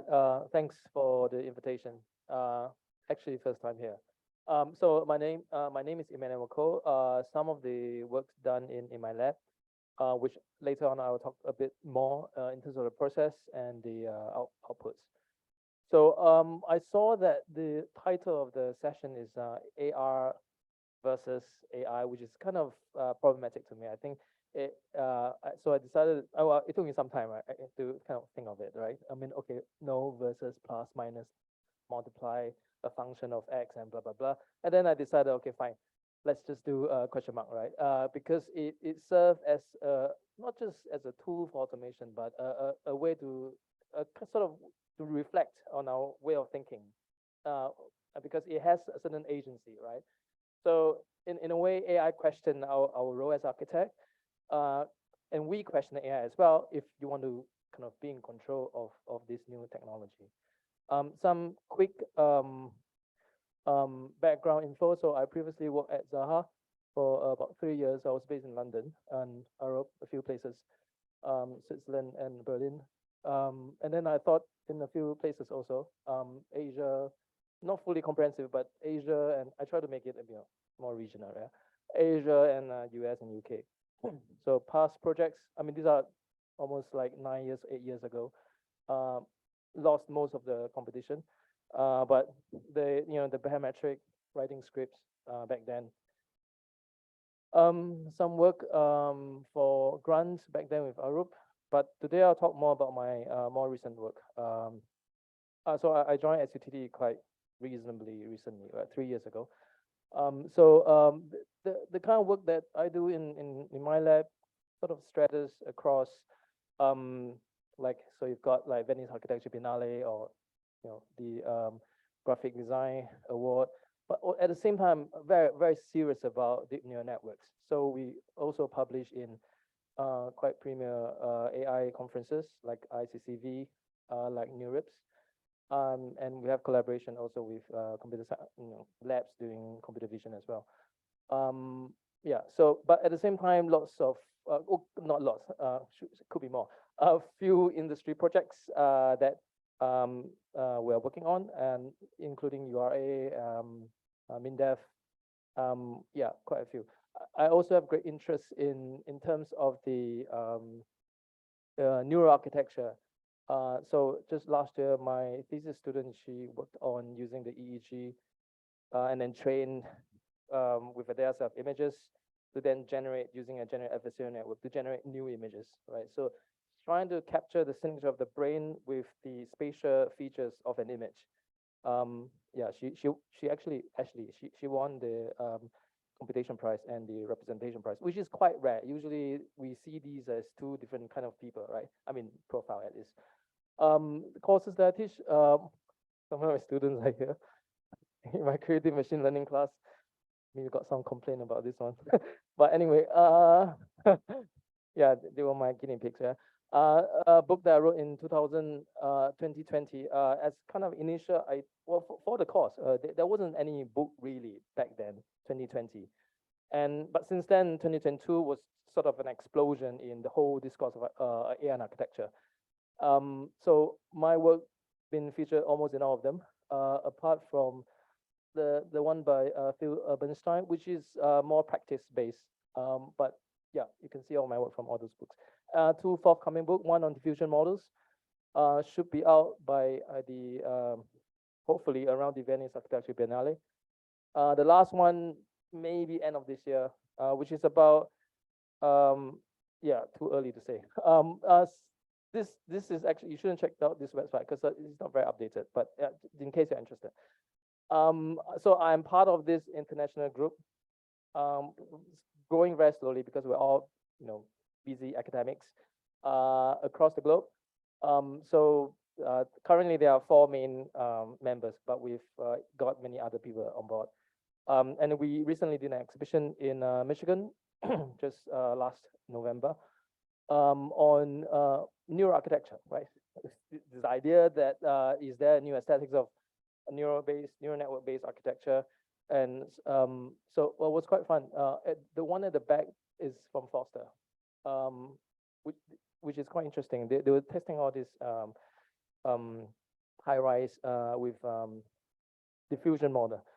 This one is a general adversarial network. But anyway, I know this SCTD students are probably familiar with this, but for those who are not familiar with SCTD, I think we're the first school to produce a yearbook with general adversarial network, which is essentially, so we've got like 700 different covers. So today I won't talk much about building projects, and we've seen enough, yeah. And so these are real books, and in that yearbook, I also included explanation of that process. So if you're keen, you can check it out, or you can even buy it if you want. So just a quick video to just explain what was before diffusion models, before Midjourney, before Stable Diffusion, before yeah. And so the idea was that every few years, I think same as NUS, we want to create a book that documents our student work for the past 3 years. But then the idea is what kind of what cover design should we have? And then general adversarial is perfect in the sense that we just throw in all the previous work from previous 3 years, and then ask the deep neural networks to learn their patterns, and then generate similar looking ones. But obviously, though, if the school has a very specific stylistic inclination, it should appear in its generation. So theoretically, there will be infinite number of covers that we can pick from. But of course, there is a process of curation. So we then is fine-tuning a pre-trained model, but we then fine-tune with our own data set, which is faster. And yeah. So these are some examples. And then, of course, it's for print. So we have to do upsampling, which is now quite common. But back then, in diffusion models, at least, because you want to go up res, right? So back then, it's a separate model. So sometimes if you look at the cover, some of them look like floor plans, some of them look like material, some look like, I don't know, section. Yeah. Anyway, I should move on. Yeah, so exhibition was, I think was last April, called iRise. So this curator, he was very interested in putting together this non-AI and AI world. So he said, oh, let's do this iRise exhibition. So he got on board Mr. Ong Kim Seng, who's a very famous watercolorist. And the exhibition is this sort of a contrast, right? So on one side of the exhibition space is the artwork, the en plein air work by Ong Kim Seng. And on this side are the uncanny architectural rendering and 3D printed models. So if you look around, So in this, for instance, it's not so much about, so I mean, the back posters, these are instances of the same model, but trained, that has evolved differently. So for instance, the first one that looked a bit less evolved, it actually took about 200. And then this is 10 more epochs and 30 more epochs, which is the idea of evolution. Is less, you could see this more like a toddler, teenager, and adult. The adult actually does suggest architectural logic, because you have the vertical stack halls, the communal spaces, but perhaps not practical because most of the communal spaces, it only mainly have communal spaces, and apartments unit, not that many. So it's interesting in the sense that it helped, just like the question mark, right? It helped us to kind of think other ways of thinking. Some fragments of a latent walk, which is a bit different. So you train a model, just like the book cover, right? Just like once you train the deep neural network, you could pick any points in that space that it has learned, and it could have a new design. So same thing in 3D. So these are, yeah, just play a quick video. So it was exhibited at the CTX exhibition at the Venice Architecture Biennale 2021, yes. So here it learns 3D. So these are just generated like within seconds. So it learns with a 3D convolution, a general adversarial network, and the training set consists of 5,000 different 3D models, mainly with the HDB typology. And we can actually cut the section. And if you look closely, the darker shaded parts represent different vertical stacker. So if you cut the section, you can actually see if it makes sense, right? Whether the corridors are in fact connected to the apartments, and the corridors, whether they are in fact too short, or massing is too huge. There are, because it actually contains semantics, which is probably not visible here. Yeah, a quick look at the scraping process. So here, just showing standard. When you do data science, first you have to understand the data set, right? So this is a quick t-SNE representation of the different standard footprint.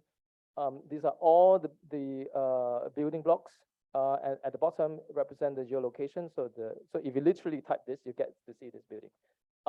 Real, well, unless it's been demolished, and they're all in Singapore anyway. And you saw the semantics, and then you have, in this case, it's learning mainly the semantics, not the texture, which is a subsequent work that I will show you later. These uncanny things, it actually came from the neural art work. This idea that there is certain kind of aesthetics that emerge from these sort of system. So here, so if you work with GANs,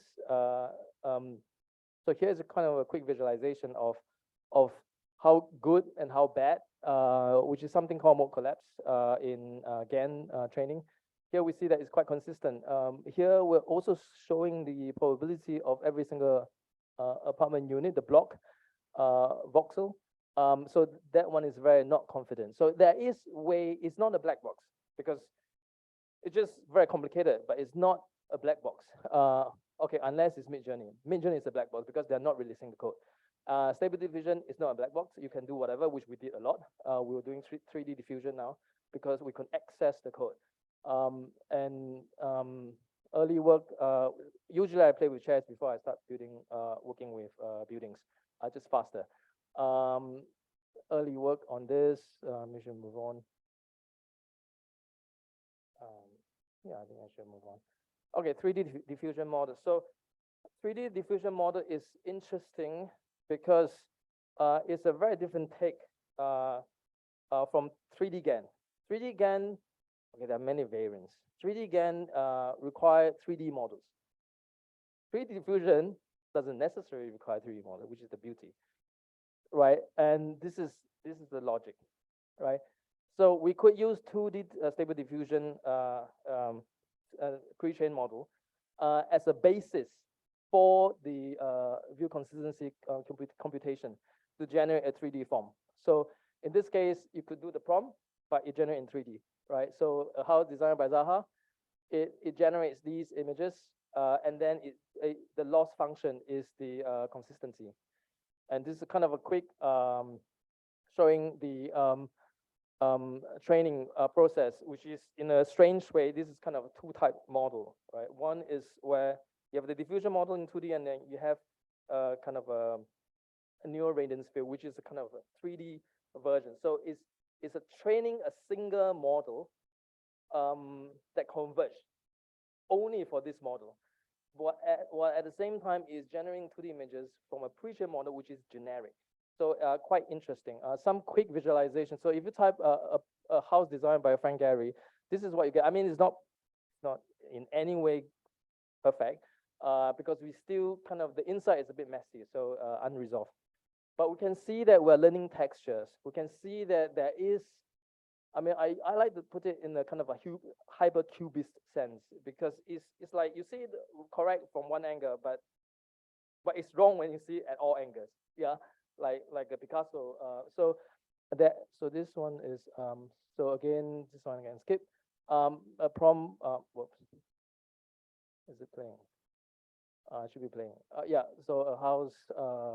Zaha. We do. I mean, why I'm using these more famous names?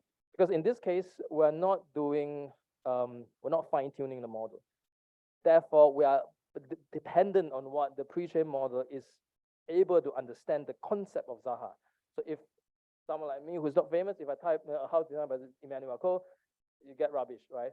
So, but then there are ways to kind of solve this problem, which is very important, I think, for designers, because it grant agency, and this is to create a concept within the pre-trained latent space.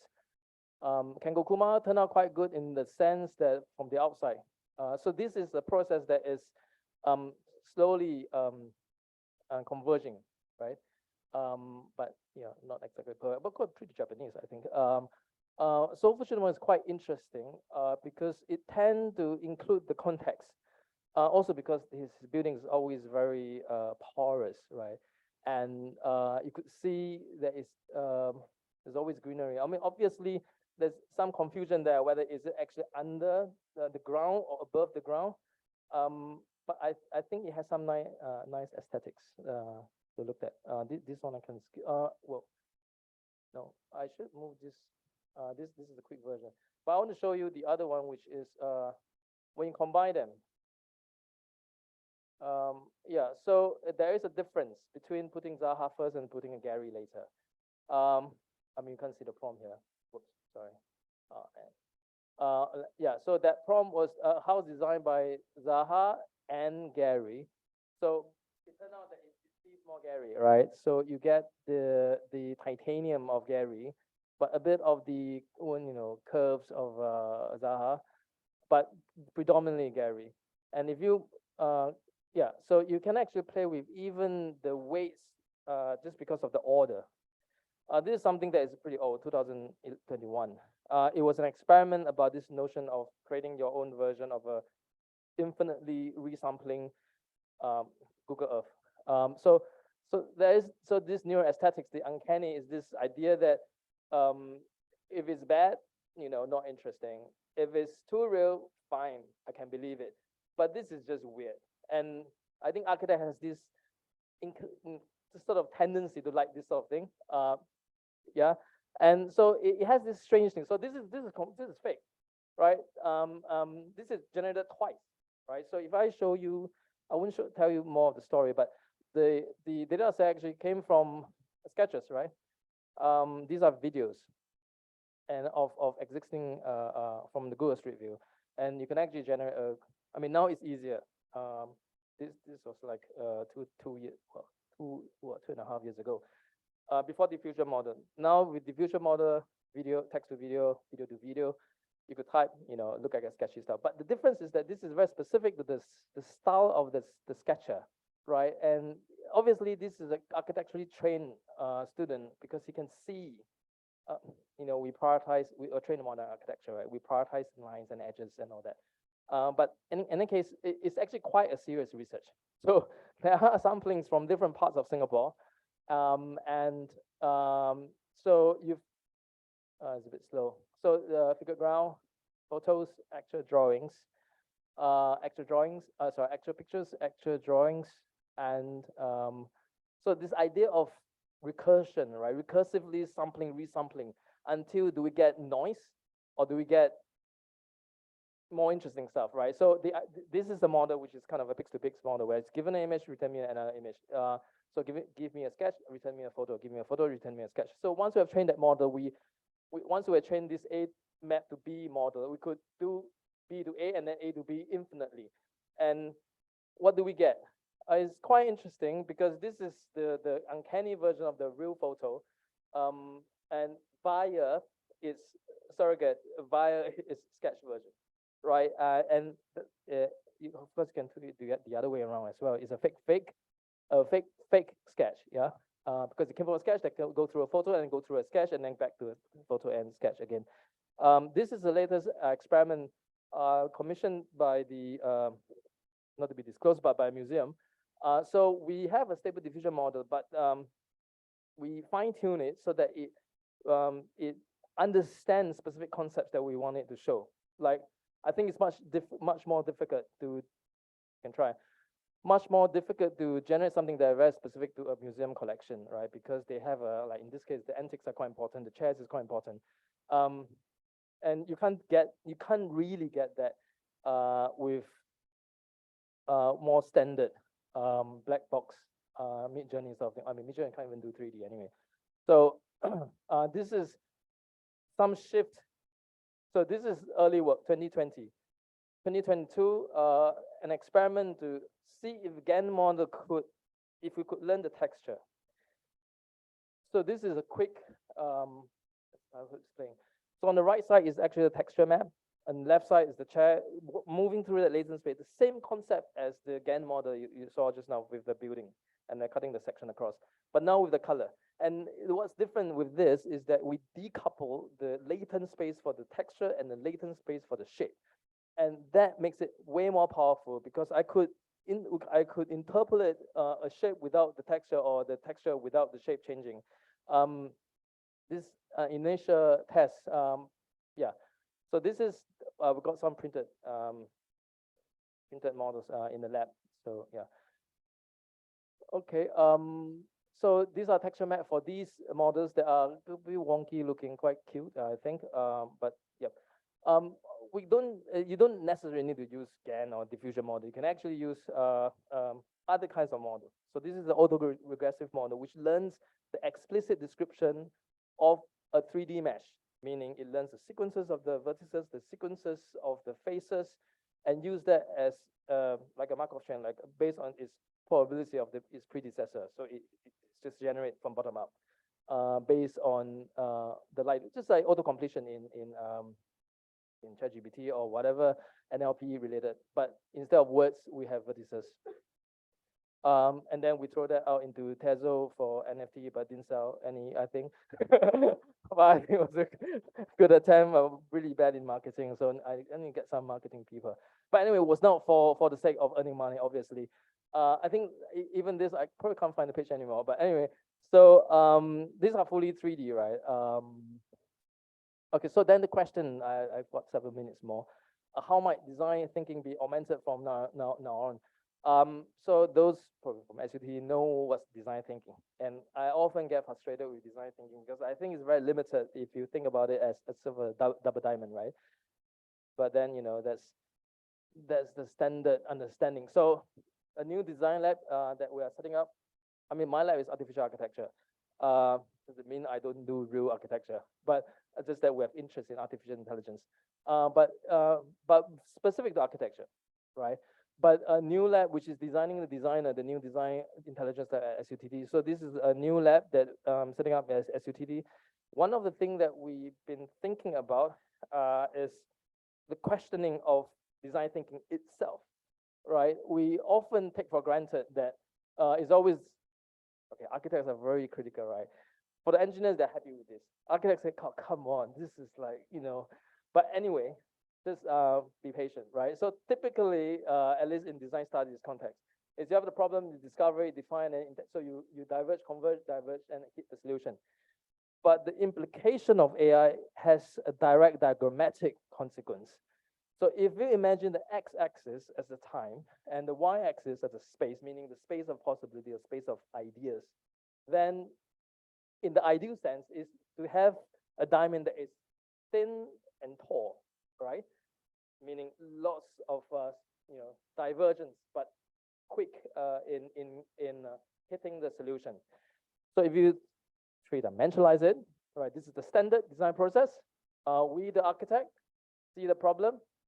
Unfortunately, in most design thinking workshop, you have to do everything by hand, so that guy is still there and doing the solution.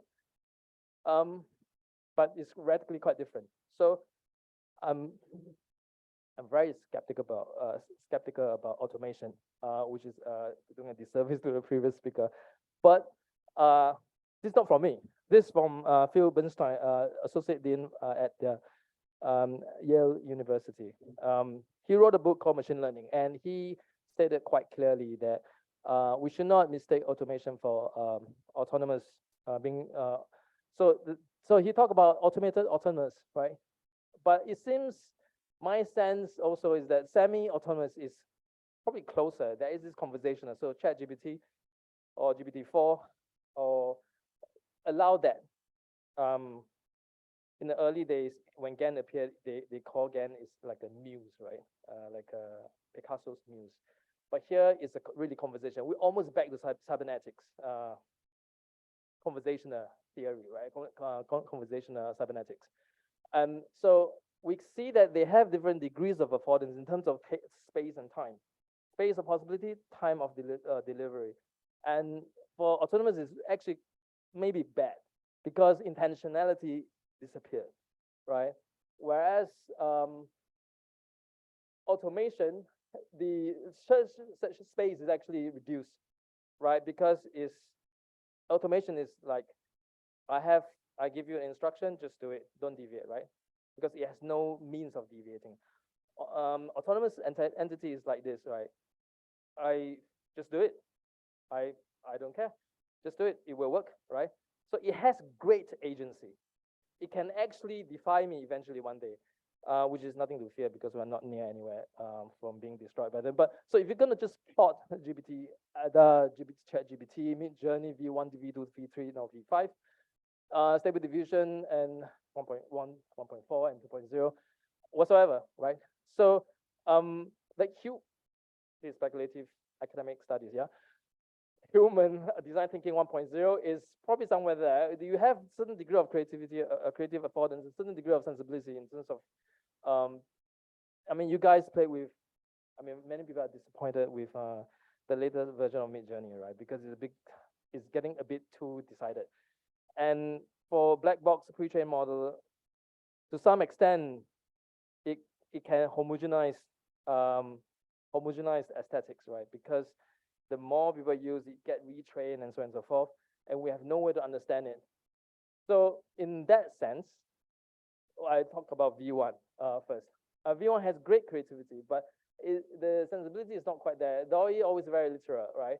So it has no great creativity. It's not able to truly abstract ideas, but it is quite fast to create realistic stuff that is believable. So I think if we could understand the different models, of course, this is not definitive, so don't get me wrong, because with the GPT-4, which is actually a language and vision model, it can do a lot more. And I'm not even talking about them creating code directly, right? Now you can use ChatGPT to create Blender code, Grasshopper. I think someone did it. So to end the slide, some collaborators. So I have a project with Zahadi Architects looking at 3D diffusion outpainting models with neural networks. So 3-year projects, we're just starting. AI Singapore project, we've been working on more furniture scale stuff with 42. Those who bought furniture from there will be familiar. With a startup. Actually, startup are usually quite fast in making decisions. Compared to the not so fast decision making. But anyway, although there's also hopefully will start. They're interested also. I mean, if you look at Adobe, Autodesk, NVIDIA, it's inevitable, right? That they have to deal with this. So what does it mean to have a kind of a semi-autonomous conversational system, multimodal, right? So the idea that we're thinking of is, what if there is kind of a text to compliance model, or kind of a 3D to performance model? That's sort of multimodal, right? And so that interaction with software is less forced. I mean, based on experience previously in Zaha, I mean, we don't, unless the project is sort of okay, fine, we start with Beam, but usually not, because shapes are crazy, right? So you do Maya, and then someone gonna do it in Maya. Yes, not efficient, but unfortunately, design process is messy. So we can't start everything right from documentation as a priority, right? So what if that process can be kind of smoothed out? That would be very nice. So this is one of the things that we are looking at. URI project looking at with graph neural networks. So we will graph neural networks to understand the mobility of graph representation of a building and the graph representation in conjunction with the graph representation of the city to have a kind of a macro micro understanding of movement. Okay, this one shouldn't be there. Is under review. Yeah, these are all confirmed. Yep. Thanks. Okay, yeah, that's all for me. Thank you so much, Emmanuel. I think it's very cool what he's trying to do, and really you can see the different applications. And it's quite interesting why 42 is there, because they are really a furniture company. I didn't. They have thousands. scan. Yeah. Oh, okay. So 42 is a bit crazy. So because I come from the sales side of things, so there is actually, like, for example, there is this technology called EcoProp, that does virtual staging. So like you take a picture of any like room or interior of a condo, and then after you press this button, and then it comes up with like furniture displays, and it cuts through all the clutter you have at home. So you can have like your trolley, your bed, your pram, your cot, and your maybe paint stains or anything, and it cuts through everything. It gives you a nice virtual interior that is pretty accurate. I wouldn't call it design. I'll just call it staging and like furniture placements. And it's quite cool. So they are also like trying to incorporate furniture selection into that technology. So once again I think Faz, you want to hand out post-its to take down? Okay, so maybe we'll start back to front, because we won't be doing post-its collections for Emmanuel's. But I'd like to invite the speakers to just come forward and then sit in front of the audience and look cool or look awkward, depending on how this goes. Yeah, it is.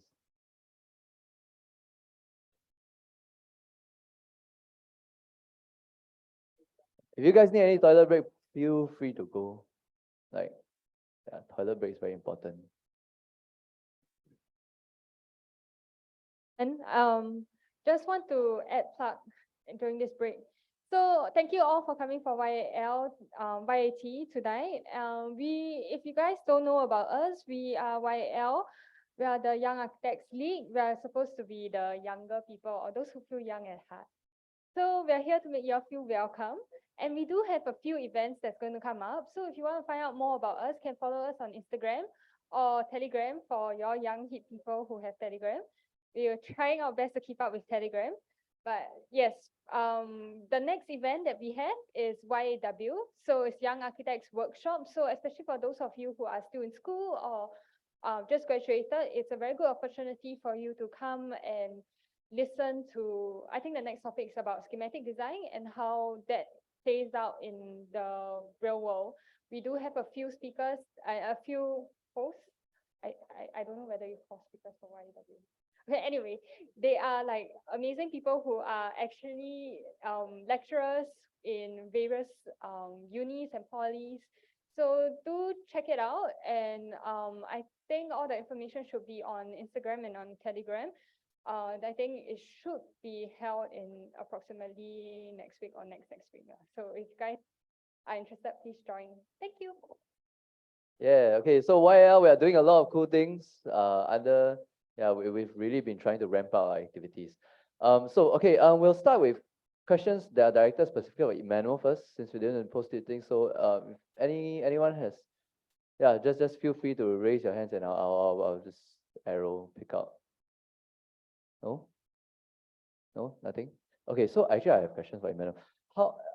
So I think a lot of the architecture practice, especially Singapore in recent months and even the past year, is going under a lot of stress. And there are a lot of conversations about how architects are being underpaid, people are living in the industry.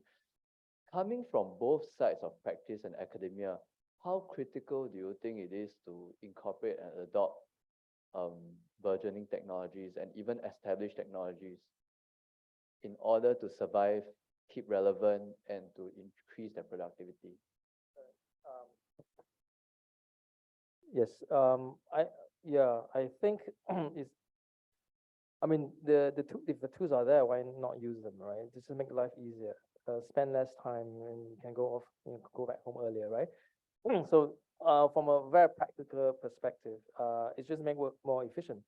But from a cultural production perspective, now that AI is part of kind of a mainstream discussion, we have to deal with it because it's just like, Corbusier, industrialization, just have to deal with it, right? And then you become part of the production of culture. So did I answer your question actually?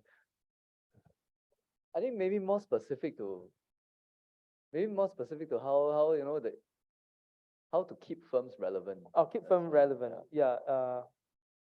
Not the best person to ask though. Well, work with From an academics. academic, theoretical, this is what I recommend, take it or leave it, survive or die. Higher SCTD students. No, right. So I think what I experienced back at the AA was that there's always this very unofficial but obviously obvious link between academia and practice. So Patrick was in our review, Patrick Schumacher, right? Was in our review, so you get to talk to him well, more easily, right? More accessible. And there is this sort of, when you guys graduate, tendency is that you continue to study in his office because I mean, first, I actually experienced that also. So I actually ended up hiring many of my master students who graduated because it's actually quite difficult to get people to work on such specific stuff, right? That are cutting edge, and they are the only one who could build on that knowledge. So I think the link is important. It refreshes the office, as well as kind of put the academia in a kind of more realistic framework, but without being too overwhelming for the students because those are not real projects. Yes, that healthy relationship I think is very crucial. So I guess the key is really use it to build a healthy relationship, not use it so that you can work harder and go off the deep end. Okay, we'll get to the questions that from the crowd. There are quite a few of them.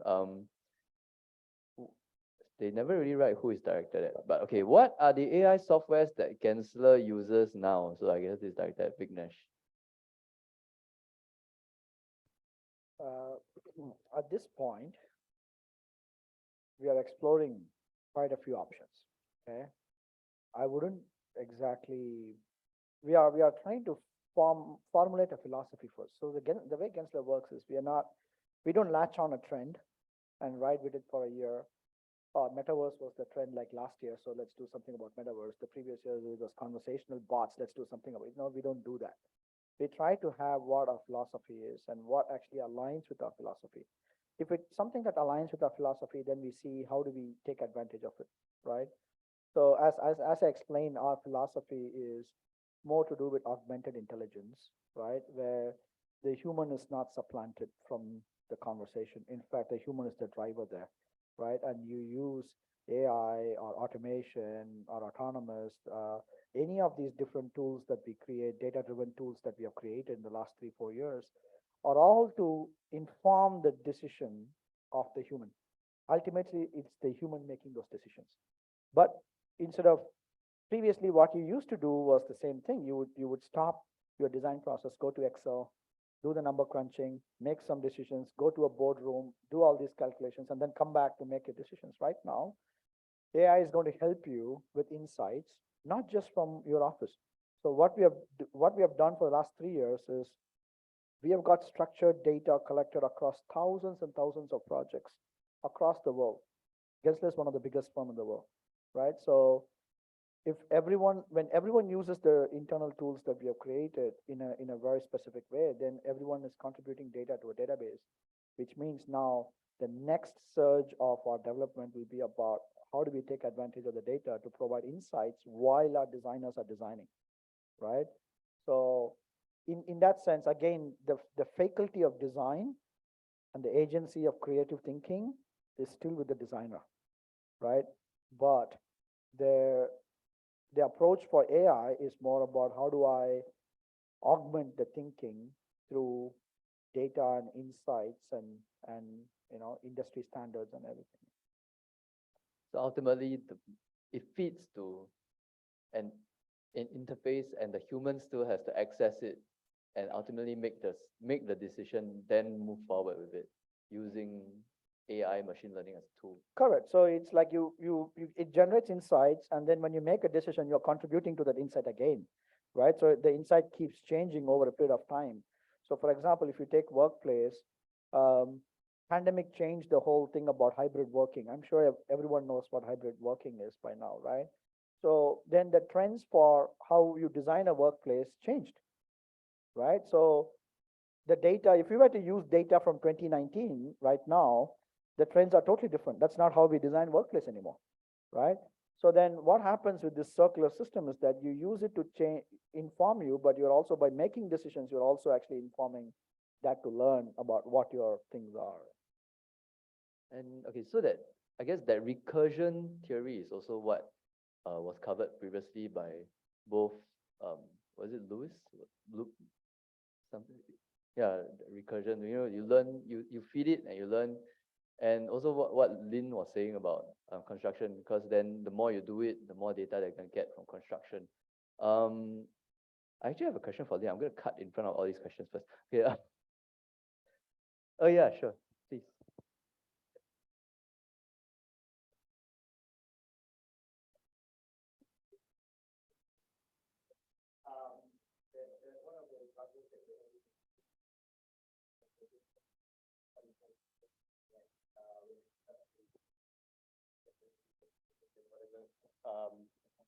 Non bespoke sort of design or elements that we create. And when we use tools in, for example, Midjourney or DALL-E, for example, we would use prompts, we would use copyrighted images, or we would use models and stuff. But who holds then the ultimate rights or copyrights or the IP for whatever has been generated, right?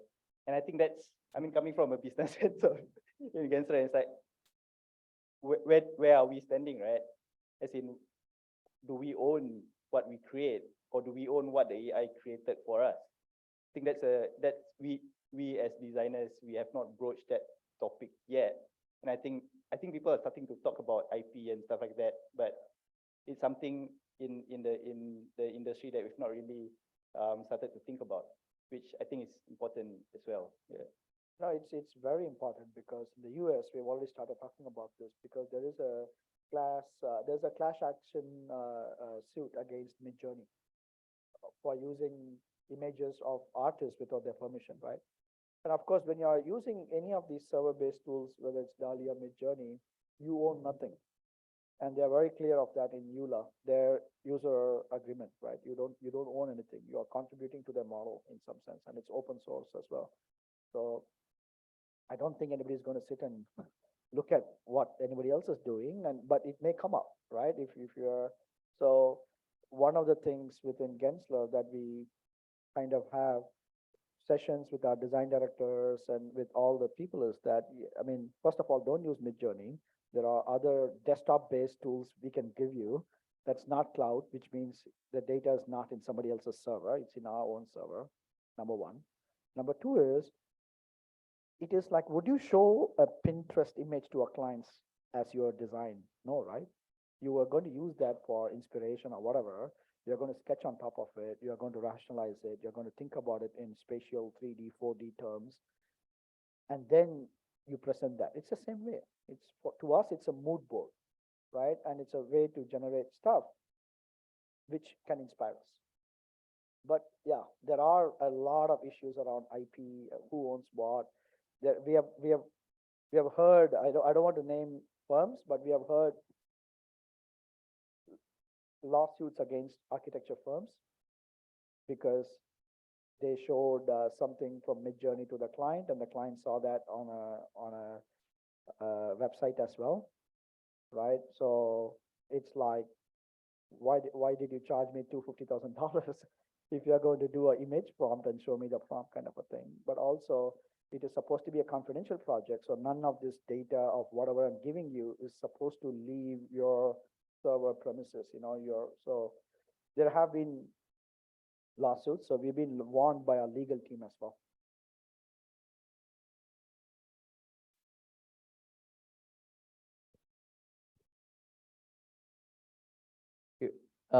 By the way, if any of you have anything to just like, oh, and then just say, yeah, okay. Then, okay, sorry? Oh, yeah, go. Just to make some comments, yeah. So apparently, was it a few months ago, in Reddit, this artist, illustrator, he did it manually and then he posted. And then the administrator, kick him out of it, out of Reddit. He said, this is obviously done by Midjourney. But he said, really, I did it like manually. So this is a very strange situation, right? You get kicked out and just obviously, like what do you mean obviously? Just because it looked conceptual and blah, blah, blah. So we in a very strange situation. And also, I think last month I saw somewhere hiring from engineer. Yeah. So you have to be kind of a hacker in mentality, willing to, I don't know, has a way to talk to machines, I suppose, regardless of the number of versions of it. Yeah. So we also, I mean, we can't, I don't think we should undermine how technology may progress. Like if I could just type a few natural language prompts and it could generate me the whole code, right, in Grasshopper, why not? Right? I mean, some of my researchers, they're already using that to kind of understand your code to do the, in fact, Hua Chong Institution, I gave a lecture just this week. The computer science student, they're using ChatGPT to debug their code. So yeah, I mean, this is the power, it's definitely going to augment the way we work. But when we talk about copyright, it's actually very complicated, right? And are we actually, for the sake of provocation, are we actually in the position to try to, deal with this IP problem, right? After all, with the creative class, we're not the lawyers, yeah? And so this is, I mean, fine, if you don't even use Midjourney, have you guys heard of OpenJourney? Yeah? No. It's just, OpenJourney is very interesting in the sense that it's trained on the output of Midjourney. So it's actually not trained on the data set of Midjourney. So is this kind of a recursive retrained model? Yeah, but yeah, very, very complicated. In a way, this kind of recursion is susceptible to data bombing. I've been reading, like people have been feeding rubbish to these models just to screw it up because they're very angry at these IP issues. Yeah, but that's something else entirely. Okay, so we're back to the questions again. I think this is for Lin. What have you learned as a product manager that you did know, that you did know, that you didn't know, that you did know before as an architect, but believe we should all know or learn from? That you did know before as an architect. Did know. So who is it correct? Is it written correctly? It's not by me. Okay, let me try to translate. This is where the human comes in, right? I would think, okay, as a licensed and qualified architect, how is it informing your decision to to be a product manager at Hubble? And I think you mentioned that you were the only one with construction experience. So that's very strange to me. How can yeah, that's very strange. Okay, yeah, so my firm right now, I mean, I'm the only QP. I'm also the only architect or construction trained. So, I mean, in that sense, that makes me like the domain expert, right? Or in my data engineer's case, I am the intern that labels the data for her because she cannot. Yeah. So, I mean, this question, is it about like my hard skill set or is it more about like my soft skill set? Okay, let's talk about like hard skill sets. What have I learned? I mean, prior to this, I feel like this is like a career talk now. It's like an AI talk. I mean, prior to this, I mean, I only coded in Python. I was not that great at SQL. Like, okay, enough to be an urban planner, to read large data sets. But I mean, yeah, so I mean, I've learned to pick up these skills along the way, so I get better. But I'm lucky that I have a very strong engineering team that can support me. I have a good data team that can also support me. So that's on my hard skill set side. Then on the soft skills, I've come to realize that my software engineers are very, very introverted people. and they don't communicate that well. So you really got to communicate in diagrams. So the ability for visual communication is important with software engineers. Not that I didn't have it, but it has improved. Yeah. No, I'm just wondering, is this like a career talk? Basically, she's indispensable to the company. Until they because hire like all a business PE, then you is- kick me out lah. Yeah, but I mean, it's been good so far. Yeah, no regrets. I guess it's like the next evolution, it's a tech company that does construction. And like, I mean, in previous iterations, you have like tech company Airbnb that does room rentals. You have tech company that they don't own anything except the technology. And everything else comes from outside, like Grab, it's a tech company that gives you transport service. So then in that case, she's the domain expert. She's the only one who keeps the company going. So then you can take this back. I won't put it as that, but I'm like one of the few people that keep the company going. But I mean, like I have a big UX research team. Can I say big? It's like 5 people. So the UX research team, UI UX research team, and also I have my fellow product managers. They're all together 3 product managers. Yeah, so we work together, the product team, and we do a lot of user interviews, even to get to the point where we are right now. I sat down on long, painful journeys with team build. And I think they hate me by now. I asked them, like, please give me master program. Why the hell you give me an XLS file? Can you please give me a CSV file? And then the guy's like, what's the difference? I just explain and tell them why I need this, why I need certain things. But yeah. And I think that IMD has been very forgiving to us. Yeah, they've been very forgiving, they've been very kind. They're like, okay, don't worry, give you a bit more time. Yeah, don't worry. You're like, that's great. Yeah. Okay, so I think one last half question for Lynn is, are you hiring? But okay, never mind. You can talk to her after this. Just last question from the audience for Louis, because I have a few more here. You can find them after this because I don't want to make everyone stay until very late. It's already 10. So Louis, any AI parameters for the installation of the 35,000 panels? It's a 3-parter. How do you ensure that the panels are installed correctly? And how do you use AI to ensure that workers install correctly? The one who wrote this question, I've changed your word from someone else to workers. But yeah, how do you ensure that it follows through? How do you monitor it? Okay, This so 35,000 panels. So for every single one of these panels, right, which was actually encrypted with the data that comes with it, during the fabrication process, there's actually this kind of like a pin dotted embedded code that's actually at the side of the panel. So that allows whoever is handling the panel to be able to scan the panel and know exactly which ID it is. And they use that process for, from shipping to actual assembly on site. So actually it's in a way, it's kind of like how you go to the supermarket and you kind of like scan the barcode and you know where that product actually goes on the shelf. It's probably the same thing, when you lay out, your mock-ups or whatever, right? You scan the panel, you know actually where it goes when you do, for example, dry lay or mock-ups, right? Visual mock-ups. So I think it's just a new way of actually working with this kind of process that is no longer the traditional way, but maybe a little bit more automated now. Yeah. So I guess this is the new normal as well for construction. You can have very customized stuff, and you just have to hope that the worker really follows the serialized. Yeah, of numbers course. and everything. Yeah, you got to check, So in that way, you can like put your signature on the panel.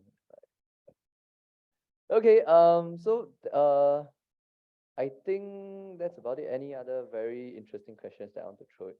I'm just abusing my power as a moderator here to choose nice questions, but also in the interest of time. No. Okay, so I guess this goes out to everybody, including the audience, right?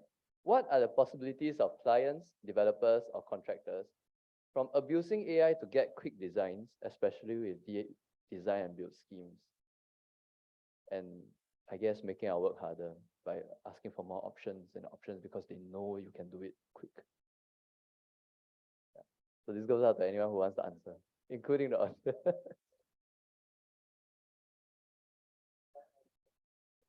But it is an indirect answer. So there's this book by the father and son, right? Suskin. Suskin, they wrote this book, The Future of Profession, something like this. So so architects fall into that category, lawyers, doctors.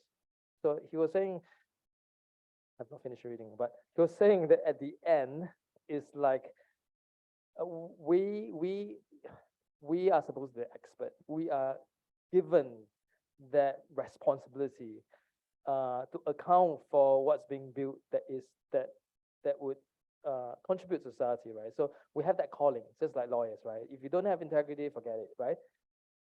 So this is something AI can't do, right? Because it's not a human, right? So then one begin to question the role of the architect.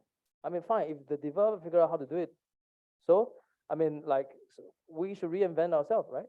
And so there are a few things that you can reinvent non-technologically, but there are, yeah. So it's a kind of a loaded question, and people were also asking, why hang on to this, this. I mean, the QP, I mean, being a qualified person in the end maybe doesn't mean anything anymore, in that new world, right? So yeah, I think it's time to do some reflection since we're in SIA, right? Yeah. I'll probably add on to that with a book again. How many of you have noticed Japanese wood craftsmen? Have you learned about? Yeah, exactly. What is unique about them? You know what's very unique? They are not called carpenters. They are not called woodworkers. They are called wood craftsmen. It's because they create furniture that are so intricate and so beautiful and interlocking with our joints and nails and whatever, like a typical furniture is made, right? And they did not do it with off-the-shelf tools. They actually created their own tools. If you go to a Japanese wood craftsman, he lays out all the tools, like amazing tools. You cannot go buy it from IKEA, you can't go buy it. Which means then they have so good understanding of their craft that they were able to think that, okay, if I create this tool that is going to enable my craft, and I'm going to go do that to enable my craft, right? And then they have all these tools, but they never talk about them.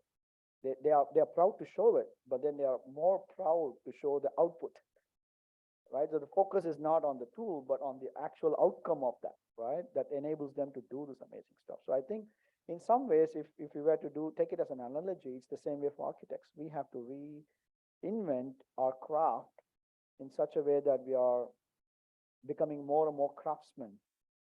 We have a much, much deeper understanding of the practice.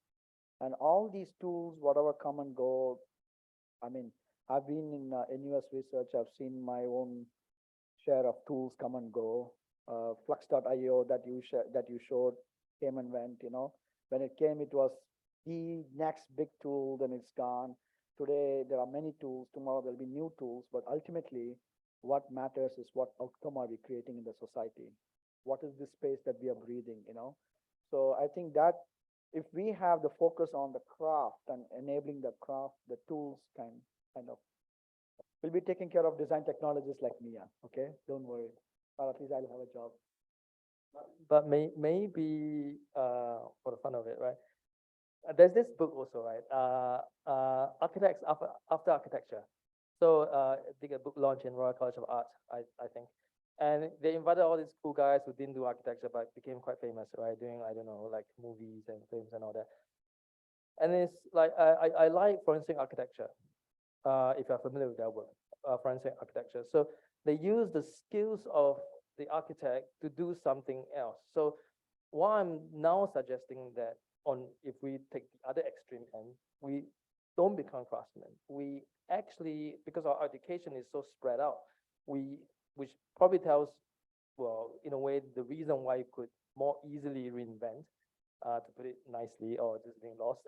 But maybe in the end is to produce, maybe it's not about building anymore. I mean, yes, I know we're architects. I know our job is to build buildings, but maybe in the future it's not necessarily in the fullest sense like a craftsman, because as a craftsman, as a business model doesn't quite work for us, right? Yeah, I'm kind of thinking about these. It's almost like the master mason notion, but will it work? I don't know. Achieving that at scale is going to be Because business is going to get more complicated. This notion of expert knowledge is even more difficult to achieve. But I mean, in some sense, we are doing that. For example, you can't have Mid-Journey create an airport and then they'll be like, okay, airport is ready, let's go construct an airport, right? Because it's such a complicated project. Same way with any mixed-use building right now, because there's MRT going, there's the sea here, there's a shopping mall there, there's so much of MEP coordination. You got this. Constructing an actual building is hard work, right? So if you have a developer that thinks that they can have a Mid-Journey image converted into a thing, that's not good. Probably is not a good plan. Yeah, Anyway, so actually, it's really more than just one firm or one facility. It really is a team effort, right? Yeah, because there's so much complexity, the analysis of traffic, analysis of acoustics, can go together with just the image. It's just going beyond the layer of aesthetics and the technical requirements of the property permission, etc. At this point in time, still cannot be solved by AI. I don't know about the future, but no matter how you look at it, there's the complexity of a whole group of people coming together to actually say this design works. And I don't think they can just say this design is better just from nature. they find also because architecture is one of the most democratic arts. Usually, I'm an artist, right? And I'm going to say my maybe one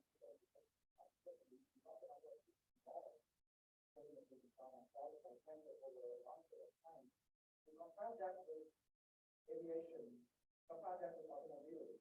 Boeing's also selling, Boeing owns the entire company, right? Take BMW owns the entire company, from the first sketch to the final delivery of the car. So they, in some fragmented, they own it, they own the entire company. So anything that they want to do is going to be Boeing, right? Or individual factories, whatever factory they have. Any problem is going to be and then it goes on there. And we all do it. Somebody is going to do that airline, anybody's airline,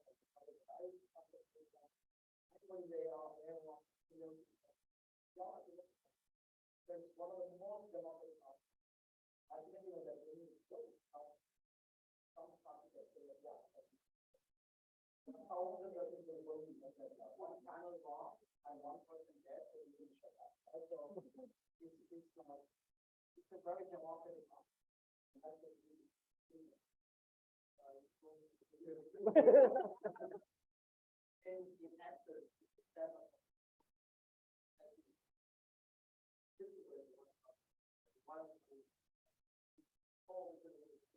no, right? It's that guy, right? So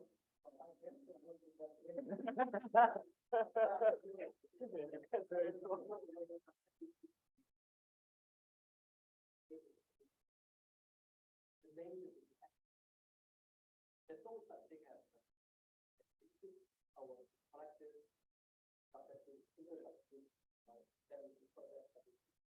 So I wish after that can be more than that, but it's not really better. I mean, this is what it's something. What do you think? Actually, when Vignesh said democratic, I was thinking in terms of, because it started with art, I was thinking like everybody has an opinion on buildings. It's so accessible. Like, not everybody has an opinion on art. Right? Many people have opinion on art. Not many people have an opinion on aircraft design. But every mother, son, Tom, Dick, Harry has an opinion on buildings. I think that is one element that we will never remove. Like, people say prostitution is the oldest profession. I actually disagree. I think architecture is the oldest profession, because the moment we call ourselves humans, the moment the first caveman dug a hole in his cave, I think we can call him an architect, He started thinking about habitation. So that, to me, is the oldest profession, because that is when humans became human and separated ourselves for animals. Actually, animals are also architects. They build their own nest. They build. So I don't know what I'm trying to say here, but anyway, I just think in general, like the profession is here to stay. How you think of being a QP in future is really what you decide to do with it. Yeah, you take a QP. You don't have to be a practicing professional. You can be like Lin, being indispensable to a tech company. Forbes 35 under 35 or something. I don't know. But you never know. You never know, right? I think it's an evolving profession. It's still evolving, especially with the tools. Right? You lay out all your tools. You have Midjourney, DALL-E, you have Grasshopper, you have Revit, Dynamo, Adobe, whatever. Adobe is going to come out with something 3D soon, confirmed. They're not going to lose out. Yeah, so all these are just tools. I think what will not be removed from the equation is our presence, unless we sit back and let ourselves be removed. So I think American Institute of Architects, one of the chairwomen or someone called Evelyn Lee. You just search Evelyn Lee LinkedIn architecture. She says that we are 3 recessions away from extinction. That's, of course, that is to spur us into action. So what is the action that we're going to take from now? Yeah, it's to really work with these tools and just do with it what we will. So I think the next whatever until we shut down the place will be just to get to know these guys, get to know each other, and ask any questions, network, finish the pizzas, yeah, get name cards, potential job interviews lined up. Yeah, that's fine. Join YAL. Okay, yeah. So okay, thank you so much for coming on a Friday evening. I hope you guys had a great time. Last thing, we have just a very, very, very small token of appreciation for our 4 speakers for your time and your effort and your sharing. So we'll have I'm gonna arrow. We'll have Fazli. Okay, thank you so much, guys. Okay, first of all, ladies and gentlemen, let's give a round of applause for Alvin, one of the YAL member, to take up the challenge and the chair to be the moderator. Not easy for him. At the same time, let's give a round of applause for our speaker here, architect Lin Cheng. Let's give a round of applause. At the same time, we'd like to give a round of applause as well to Louis Wong. Thank you so much for the sharing. At the same time, we'd like to thank Professor, can I say Professor Emmanuel Ko? Yes, yeah, Professor Emmanuel Ko. Let's give a round of applause. We have a friend here from SUTD, yeah. And last but not least, from Chancellor, we have Vignesh Kaushik. Yeah, thank you so much for being here today. And let's have a photo. Can we have all the 4 speakers to be standing up? And of course, we also like to thank our sponsor, Nippon Paint, for contributing to the sandwiches as well as the token of appreciation for our speakers. Let's give them a round of applause for Nippon, everybody. Yep, and maybe you do not know, all the sessions here are recorded. Okay, so maybe they know already, right? The speakers know, right? Before this, you got mentioned to them, right? Yeah. But then again, if you have friends or interested in all this conversation, we will send out the link. We post it up in our social media. Feel free to share with them as well. We like to take one big group photo. Maybe everyone can stand over here. The speakers can step forward. Everyone will go behind the speakers. This will be our backdrop, and we'll take a photo. Thank you so much, everyone, for spending your Friday night with all of us. This is our biggest turnout so far. And of course, we will like to hear your feedback as well. Do approach any of the YM members for your feedback. And we hope to see you guys again in the next YL event. Thank you. Please take a photo.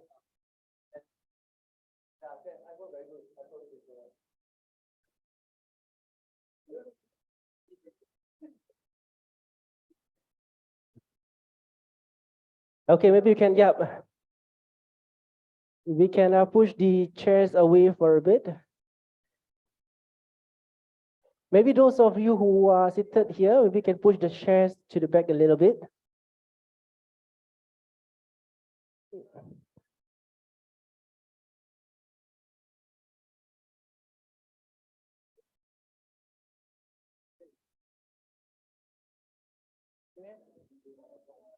Okay, can we have the speakers to be in front, to step forward, the 4 speakers to be front, Vignesh, Aline, Louis, yeah. Step forward a bit so that there's more space at the back. You all need to step forward. Yeah, step forward. Here. Forward. Emmanuel can come forward, yeah. Okay, yes. Okay. No worries, we have more space at the back. Okay. Okay, can see? On the right side, in this The cutoff is yeah, that would be good. Left side, okay, that would be good. Okay, Jean will be the last one. Okay, I will fit in there. Okay.